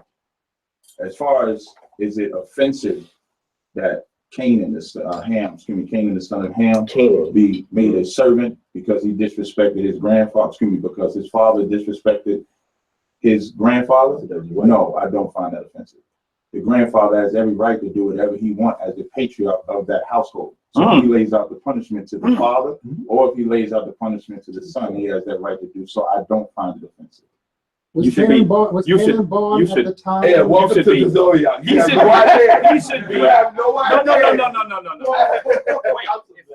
I just want to be really clear. I just want to be really clear. Wait, let me finish. Now, just Let me before say- you get wait. back, You have it me is the mic. offensive. No, it is offensive to Hamites. It would be offensive to those that subscribe to Hamites. Yes, but Hamites is, tell them who's Hamites are. And who do you view the Hamites to be? The African nations, All of them. yeah. East, west, north, south. Including Canaan. Because he said only some. Yeah, Canaan would So be then- considered a Hamite because he so- comes from Ham. So this is, you have to understand To the land of that makes you Along an with enemy God. to Africa. Let He me knows that. finish. He'll tell you that. That makes you an enemy to Africa. Well, he don't have a problem. That's with what it No, means. but that's not me. And so I want to be clear. Wait, let me finish. Let me finish. I have the mic right now. Please let me finish. Please let me finish. Please let me finish. No, you got it. This is the story that this brother didn't want to tell. And I'm pleased that at least your elder was honest about, and I respect you for being honest. I'm disappointed about your worldview. Because you said that I am cursed. Get used to it. I didn't say you were cursed. Yes, you did. Unless you come specifically from Canaan, you would have to come. See, that's the problem. Brother, you know, here's the You got, deal. okay, I'll let you finish. And Here's then the I'll give you deal. answer. Here's the deal. First of all, you have to recognize that this is a political story that is supposed to actually support people who are coming from within Canaan to dispense with one of the groups of people who are in Canaan. That's what the story was told for. It's very simple.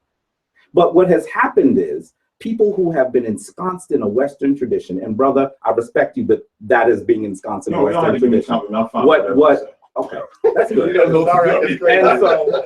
And so actually I do, I've watched your videos. No, but what I mean. But let me say, but let me say, that's good. I appreciate that. I appreciate that. But let me say to you that if that is a position that you take, being anti-African means that he's moving his neck because it's supposed to mean that the Africans deal with you. That's what it's supposed to mean. And the thing that's so bizarre about this is that they cleave to a tradition that is at best,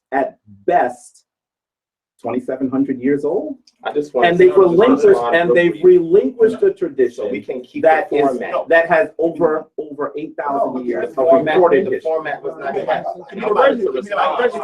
Like, Here's the thing. Okay, look, I am going to, listen, I'm gonna say I get the this. mic. You can answer this. This session was This session was supposed to be an hour. The hour has concluded. The hour has concluded, right? Okay, so The last part of this format was to talk about solutions for Black people between the two. That's what they said. Now, look, I am going to ask for someone for an election for the next moderator to moderate the next 10 minutes of this, the next 10 minutes of this time. Why am I doing that? Captains is already on the moderate. I'm moderating. Well, I can't moderate. I'm gonna, I'm just gonna I'll be take unbiased. I tried to be fair. And then I'll moderate.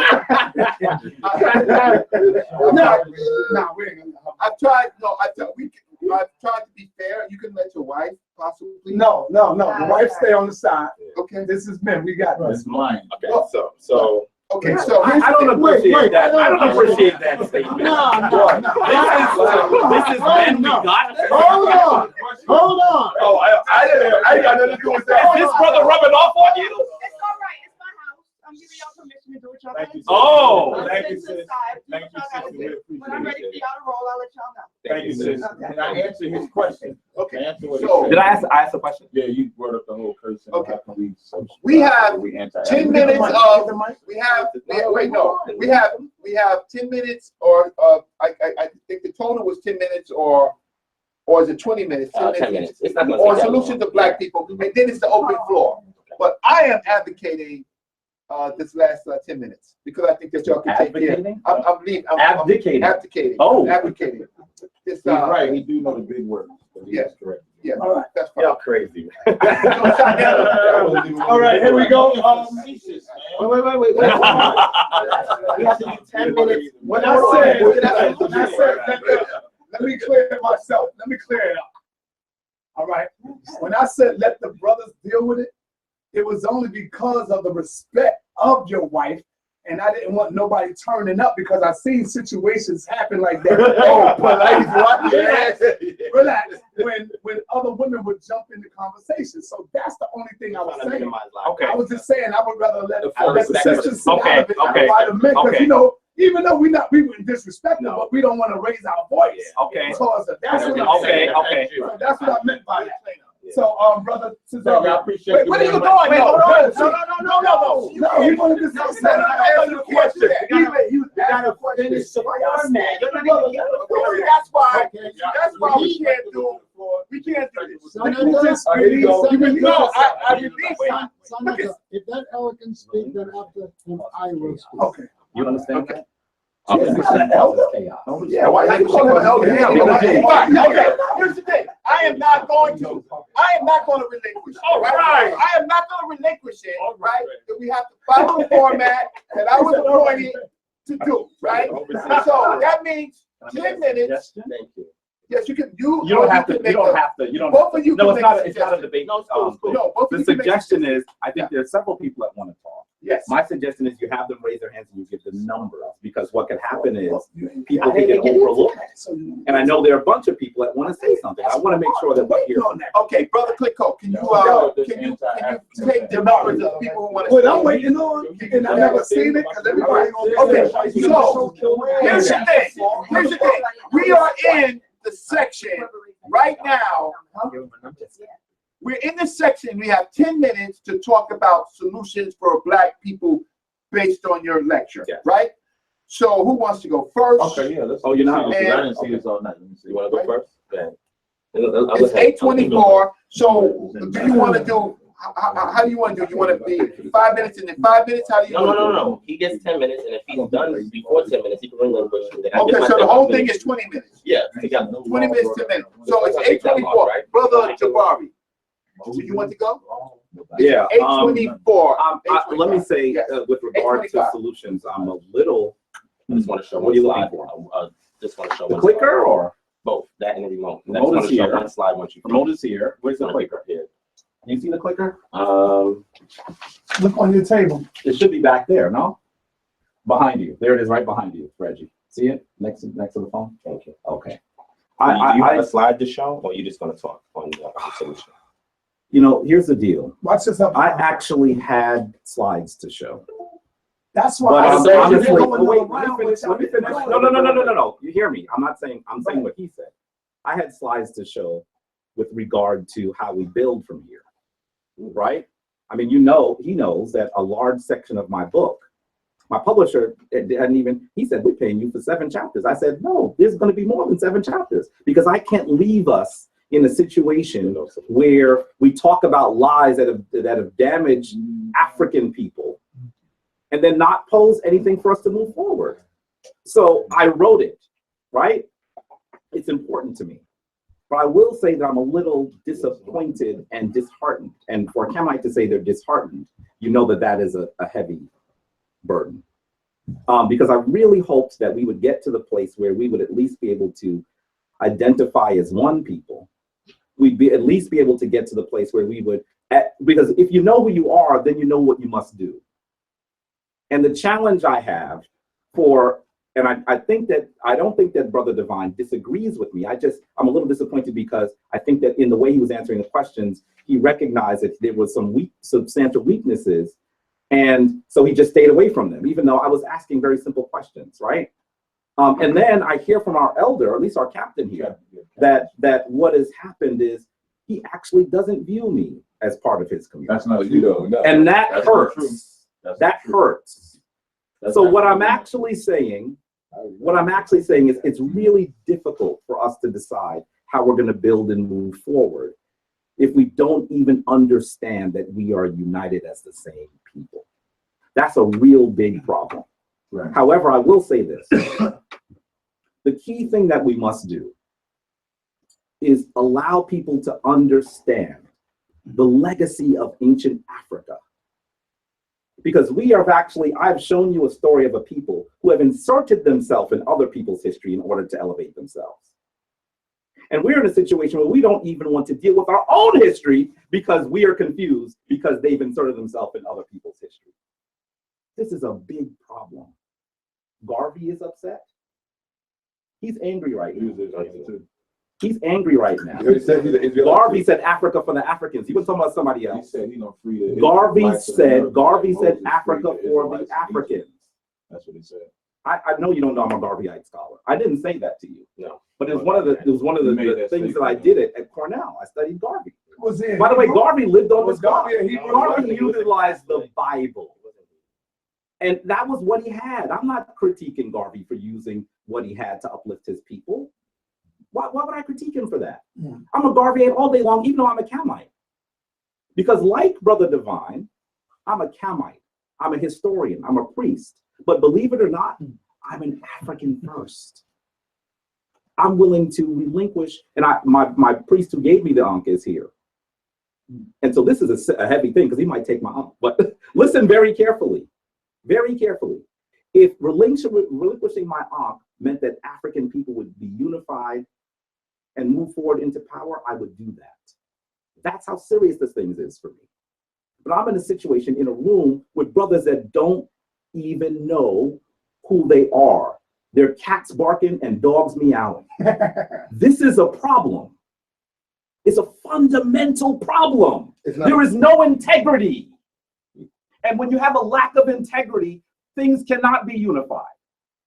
I know that this brother is willing to work on unity.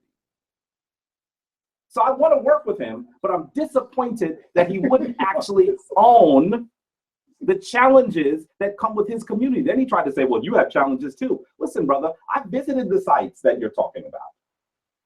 I can tell you about all the warts and blemishes of Kemet better than you can. My brother Jabari. So I want to say to you that there's a major difference here. Brother Jabari. When you actually, let me finish. When you actually are doing battle with people and you say, I'm going to do battle with them, there's a difference between saying we're doing battle and saying all of their seed is cursed. You will not find in the Kemetic text a place where any African says all of the people of this group are cursed. That is fundamentally something that the European did. That's what made enslavement in the United States and around the quote unquote New World fundamentally different. Because they were prepared to actually destroy an entire people in perpetuity. That is anti-African as well. So I'm really disappointed right now.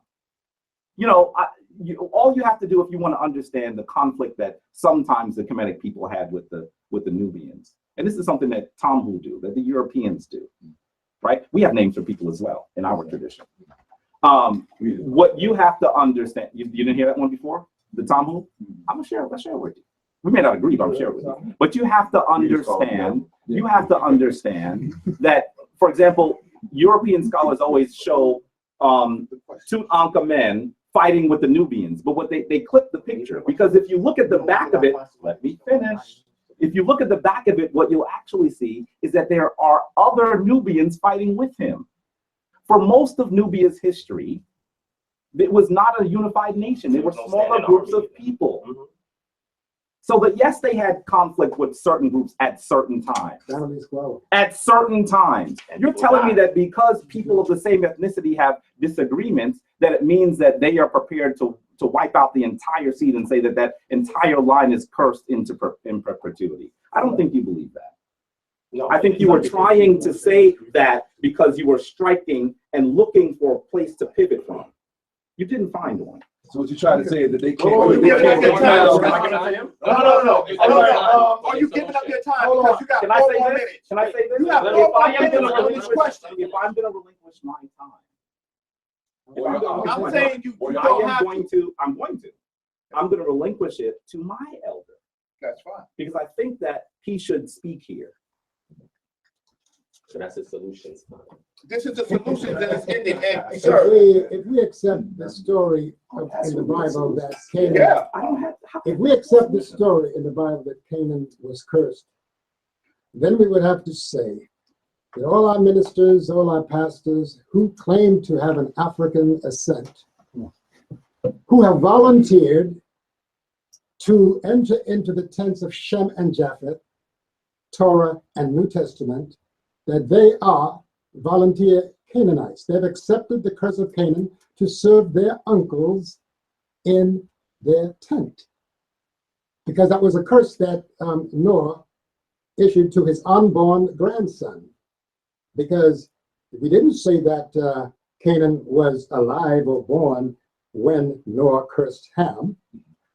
So it seems as if that curse of Ham, of Canaan being cursed to serve his uncles in their tent would apply as prophecy today when we see brothers and sisters who are ministers and pastors and reverends who claim to be of African ascent, therefore Kemetic ascent, and because the Hebrew name for the black is Chom, then it would mean that they have accepted the curse of Canaan. They volunteered to accept that curse.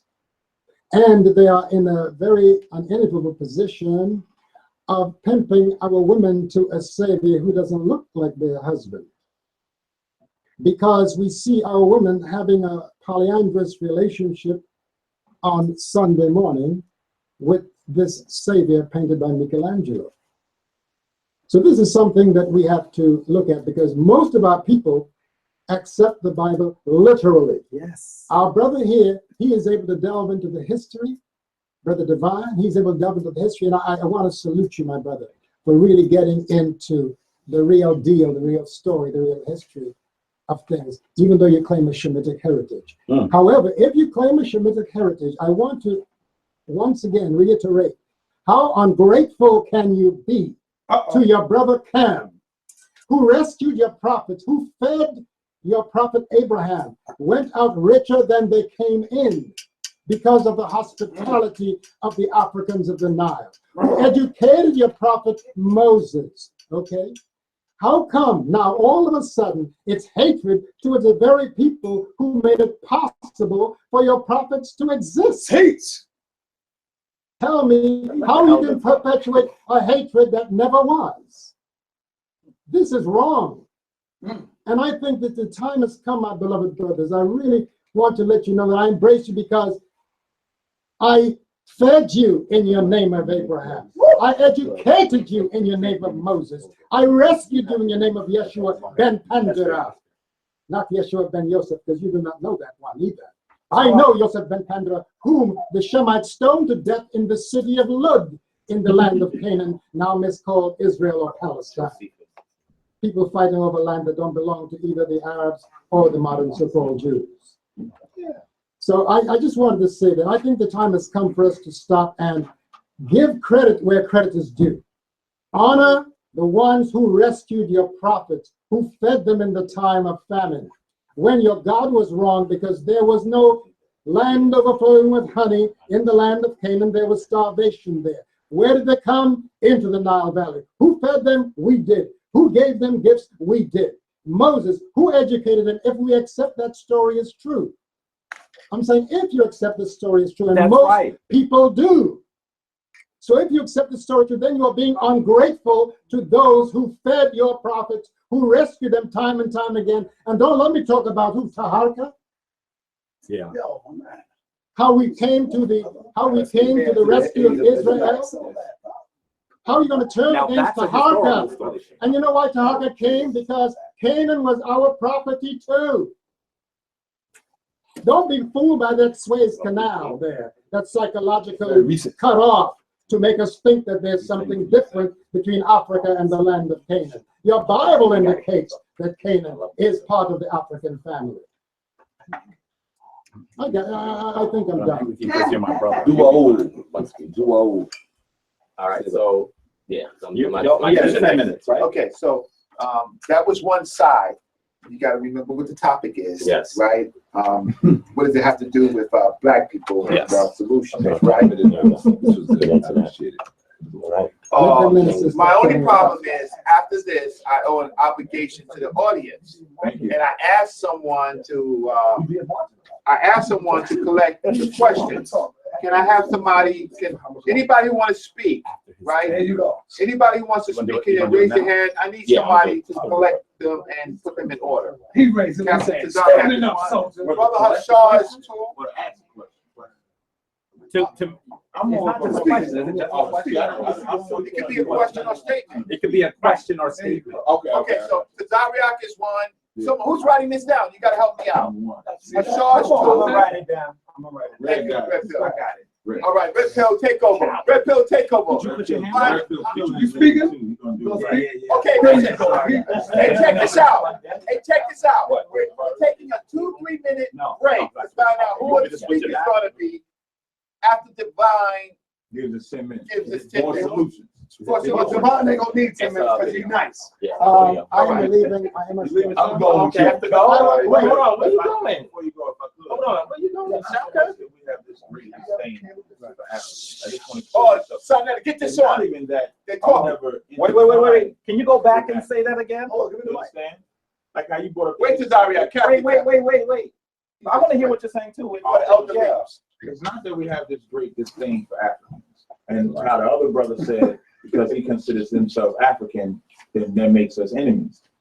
The same way he may look at me as African is the same way I look at him as Israel. That's why we can come into these different forums and deal with different people, no different than a Christian, a Muslim, and how you would try to awaken with your Kemetic science. We try to awaken them with the Israelite science. So can you find points in the Bible where Israelites and Africans were able to deal with each other economically, agriculturally, etc.? Yes, you can. But you can also find points in the Bible where we had acts of war. You can find that too. So one time we could be friends, sometimes we could be enemies. Biblically speaking, we were sold over here into America. Whether you want to say a curse of Canaan, that wouldn't apply to the native Indians because they were enslaved as well. And you wouldn't say that they were from Canaan. So what has happened to us in America is why we dislike Africans, because no one has ever given a care from us over there. What I mean by over there, we were sold by who? The white man didn't just come and snatch anybody up. We were shipped strategically. Insurance companies were started. This was a very organized slave trade by people that you would say was our brother. So this person that you would say was our brother took the opportunity to sell his brother to the white man to the tune of 99 million that had to die, get their culture taken from, get everything robbed and raped from them, and not giving an apology, not giving the military to come back and redeem them or anything like that. So our hatred for Africans today is warranted based on the crimes that they committed against us. It has nothing to do with Africa or the land. The land, they never did nothing. I understand. You understand? So it's like switch it. having a respect for what your ancestors been through.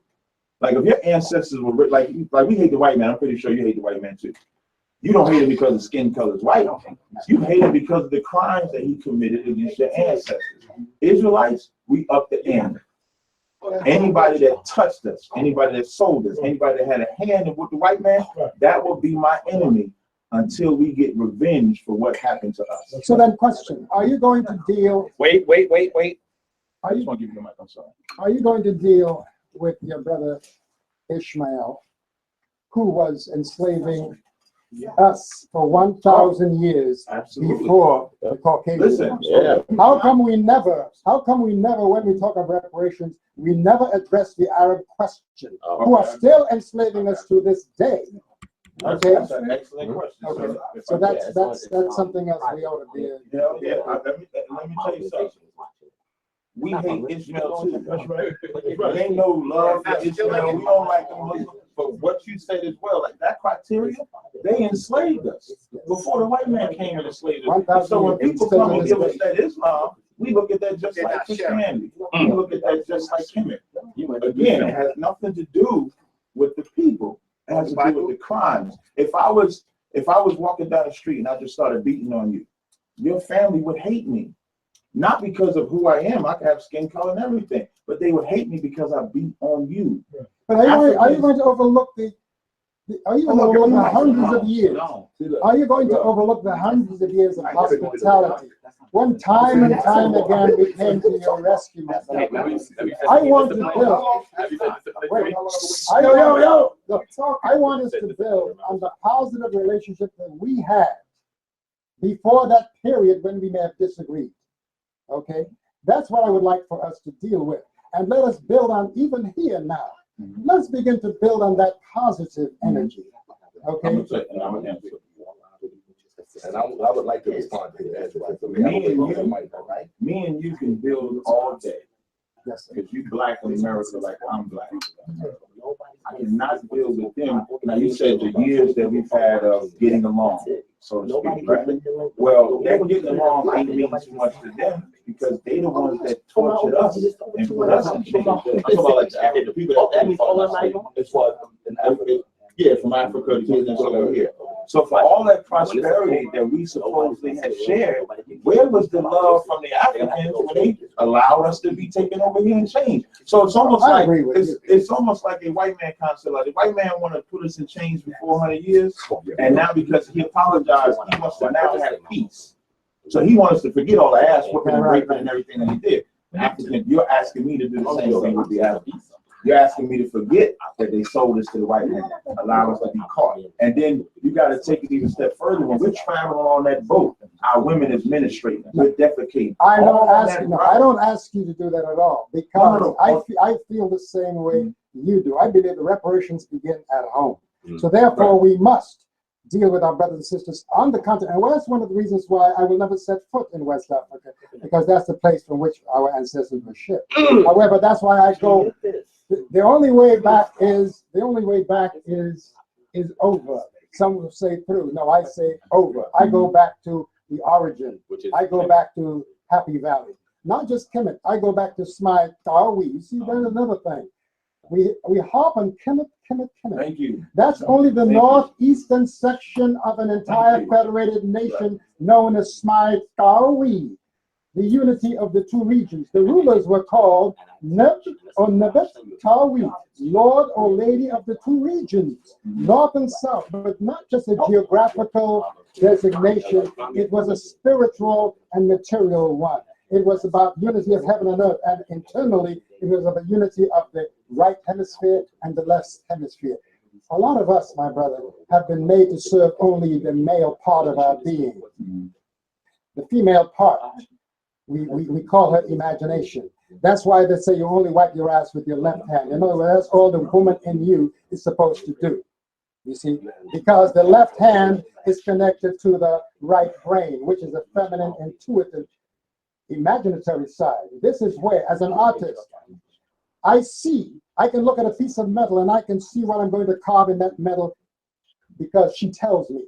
People say, well, how do you know this is the way the language was spoken? Because I trust my internal mother to rebirth my memory. And that's why I would leave you with this word from these pagan and heathen ancestors. Amasu Empa Untara. South Su Emira Umpa Untara. Ahu, tu ahura, maketi paherura. Give yourself to the divine. Keep yourself daily for the divine. And do it tomorrow as you do it today. All right. Notice, I didn't say God. Now, hold I am on. not a God. Baba Heru, hold on. This is the brother that, you know, makes the unks. This is the brother that made my chain. And he also does the Hebrews as well. So I just want y'all to know that. I'm waiting for you, okay? Yo, he I'm he ready to designed serve. it the way you Listen, want it. Trust I'm me, ready to he's serve bad. all the resurrecting kings Right. and queens. I'm coming to Because don't forget, as Kemites, we are servants of the whole world. Because what we did in the Nile Valley was not just for us, it was for the world. Ma'at is for everyone. Righteousness, balance, order, and truth. And I see you've been dieting, my brother. I see you shining. Everything. I'm glad to see that, brother. Keep it up, okay? Okay, that's good, man. I like that. All right. You got Shaka Mo? No. See, brother, you got let me see that. No, you're wrong. You're wrong. I gotta tell you. I told the people. No, you heard my name. No. Wait, are you? I'll tell you why. See, that's why I'm gonna advocate, right? Because I only You was advocating a long time ago, so I'm still here. I was only. You supposed to advocate a long time ago. Why you still here? No, he was supposed to speak. Nah, but he was supposed to speak for his 10 minutes. No. Yes. That's the only reason why I let it, because he was leaving and the captain wanted to speak. But we were waiting for Brother Divine to speak his 10 minutes. I only did that. So if you want to, you're not following the rules. The other thing is I asked Red Pill to find out who will speak, right? But see, this is the problem with order. Never can say goodbye. No. Never can say. And y'all Hebrews, y'all have been good, bro. As usual. Y'all have been disciplined. Y'all are the most disciplined. You love himself when he moves, boy. Dang, all right. The Hebrews right there. That's why he went out. He loves himself. Them Hebrews are disciplined. Right? Hey, we gonna get you a yarmulke back here. What y'all need to do? All right, but yo, let's let Shaka say his piece. Real quick, and then Divine get there. Let Shaka say his piece, then Divine. That's the flip squad right there. They waiting to get it in The too. brother wanted to speak. So I know. What they're doing, excuse me, Divine, what they're doing is, you had 10 minutes. Now they're stopping your 10 minutes I understand. to do this. he gets it. But you didn't make your argument, so No. this is completely It's okay. unfair. Are So you saying? you Are take you your 10 saying? minutes? No, wait. No. Are you saying Shaka? If so, you ask the first question as soon as I'm done. Is that all right? Does that work, Reggie? Yeah, that works. But I just Let's go, Divine. We back on, y'all. So we back on. All right. So we back. So Jim, Hold on. I know. All right. What that was the The Hebrew words- word? Y'all get a nigga. How much time we got? Jabari. It's 14 minutes to 9. All right. So whenever you're ready, Reggie. let me- Let's go, Divine. 8:49, 8:50, 10 minutes. All right. Okay, so I want to show solution actually, and but right before I do that, I'm gonna spend like a minute or two just to respond to certain things. My brother Jabari had made a mention in regards to Kemet not exterminating a people or mentioning exterminating the people. When you go to the Meneptah Stela, it says Israel is laid waste and their seed is no more. So when I asked that to Egyptologists to render that properly for me, they actually did, and they confirmed the intent of the siege or campaign is to wipe a people off of the face of the planet, so that way they will not rise up and oppose the majesty of the king or the Nesubiti, right? So that is one thing I want to say to make sure that that's on the record. Following up with that, I don't attack Kemet. I read Deuteronomy 23:7, and I explained my worldview in regards to that. So I appreciate the elders sharing his information. But even according to the precepts in my text, it teaches me not to hate those people or their culture. There were circumstances and situations that occurred according to the story. Things occurred because of that. And what I'm saying is, according to my cultural paradigm, it does not tell me to go and be bitter and hate these people and subjugate and kill these people.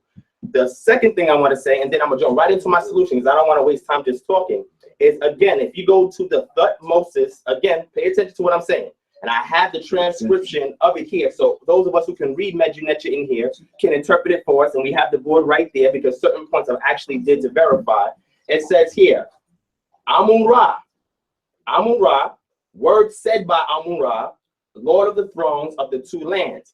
And it goes on to say, I tied up the Nubian nomads by tens of thousands of thousands and the northerners by hundreds of thousands of thousands. I made your enemies fall under your feet so that you could crush them contemptuously and deceitfully, for I entrusted the earth to you in his length and in its breadth, and westerners and easterners are under your command. You trample all foreign lands. Now, when we go to the Gebel Barco Stele of Thutmose III, it says here, again, it says the north of the season of inundation, when the Nile floods, day 10, under the majesty of Heru, mighty bull appearing in Thebes, two ladies enduring kingship like Re in heaven. When you continue to go on, it says here specifically that Re, or the Nisut, who's called the Sarau, the son of Re, from the body of Re, it says that from the Lord of Two Thrones in the fortress called the Slayer of the Foreigners.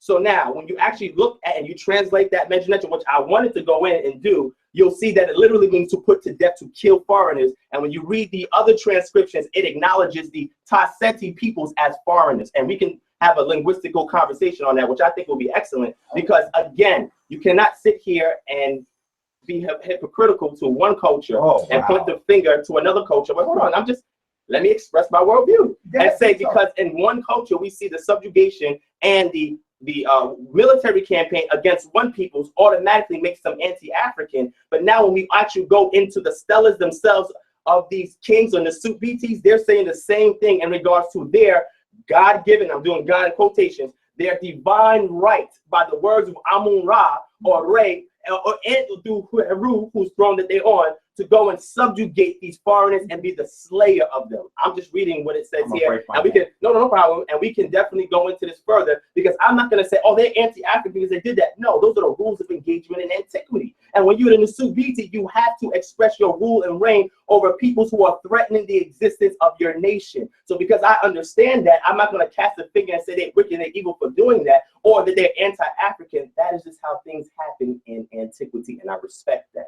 Now, once that's done, that brings me to my solution stage, because for people to keep pointing fingers and say that somebody's against our people is very difficult for us to unite. You're going to have sectarianism in any group of people. The people that are ruling this planet right now, they have various sects, but they come together discussing political, social, economic, and health paradigms that benefit their people. And they don't all have the same providence. They don't all have the same beliefs, customs, traditions, but they know how to come together. So it's a fool's errand to say that we all have to identify as the same people, when that's not realistic, when you have 45 million African Americans on this continent.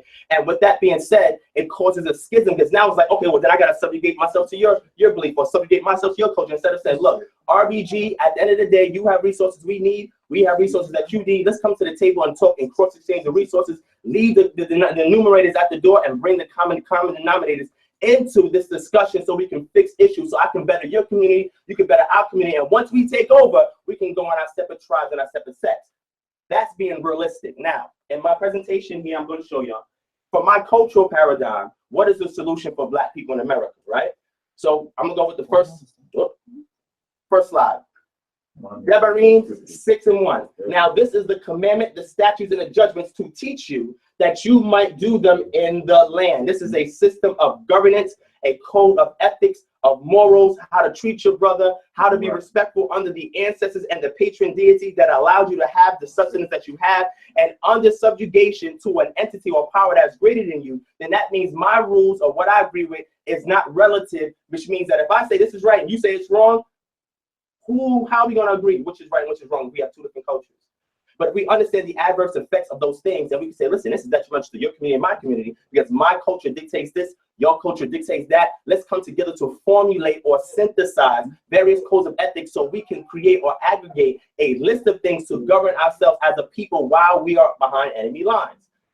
The second thing says, to all those carried into exile, build houses and settle down, plant gardens and eat what they produce, marry and have sons and daughters for wives, for your sons and give your daughters in marriage so that they too may have sons and daughters. Increase in number there, do not increase. Also seek the peace and prosperity of the city in which you reside, because if it profits, you too will prosper. The first thing is teaching you about culture. Okay, can y'all pay attention, please? Yeah, Everybody respected Jabari when he went in. I just want to get my few minutes left. Go ahead, brother. Please don't take it from me, Reggie, if you still keep track. Yes, sir, brother. So now I have a tree here, and I'm going to show you or exemplify to you what our cultural paradigm teaches for us to galvanize the people. Could you So that read way Jeremiah 29? Because everybody was talking. I don't think they got Yeah. So Jeremiah 29 says, to those carried into exile, build houses, because Africans and the diaspora have been carried into exile. Build houses and settle down, plant gardens and eat what they produce. Marry and have sons and daughters, find wives for your sons, and give your daughters into marriage. Why? Because we have to marry within our community. We cannot go get other people and bring them in our community and marry them amongst our children. Okay, so that they too may have sons and daughters to continue the perpetuation of our culture and our people. Increase in number there, do not decrease. Also seek the peace and prosperity of that city. Reggie mentioned a Black City Plan. Municipalities is the actualization of Black City plans. And in Atlanta, there's one called Stonecrest, and you can check out how they deal with politics and civics. And it says, if it profits, if we take over that area, you too will prosper, right? This is what we call, well, the first part, what we could say the statute, law, and the commandments, is a body politic system of establishing a code of ethics to govern a people so they can subjugate themselves to the civics of the politics that is occurring within that culture of people. Right. So we're gonna look at that. Culture. What is culture? The sum, and that's the roots. The sum of attitudes, customs, and beliefs that distinguishes one group of people from another. Culture is transmitted through language, material objects, ritual, institutions, and art from one generation to the other. And the statutes, laws, and commandments is a governmental paradigm for people, especially when they're in captivity, and it's amended according to the laws of the land. The second thing that springs up from culture is what? Community. The people of a district or a country considered collectively, especially in the context of social values and responsibilities. A unified body of individuals, people with common interests, living in a particular matter. Remember, and it's a common beliefs, common interests, living in a particular area. So when we have a community, we can work in harmony, regardless of what your cultural paradigm is, because I'm not here to proselytize. I love my brother Jabari, but he's talking about proselytization. I don't do that, right? Christians proselytize, right? I don't proselytize. I said this is cultural for Black people in America, and if we can unite together under the auspices of RBG that Marcus Garvey left behind, even if you're a Kemet, I still love you because you have resources that I need so that we both can survive. I have resources I can give to you so we both can survive. So with a community, we are harmonious in that paradigm as well. Springing up from community is autonomy. Freedom from external control or influence, independence, self-governance. When you install culture, culture is the roots that anchor you, that is common between the people. The community springs up because now that people have a culture, which Black people in America, the 45 million, and we only represent the 1%, don't have a real culture. They have a culture that they've created being in captivity and have no historical continuity to peoples before they got here to this planet.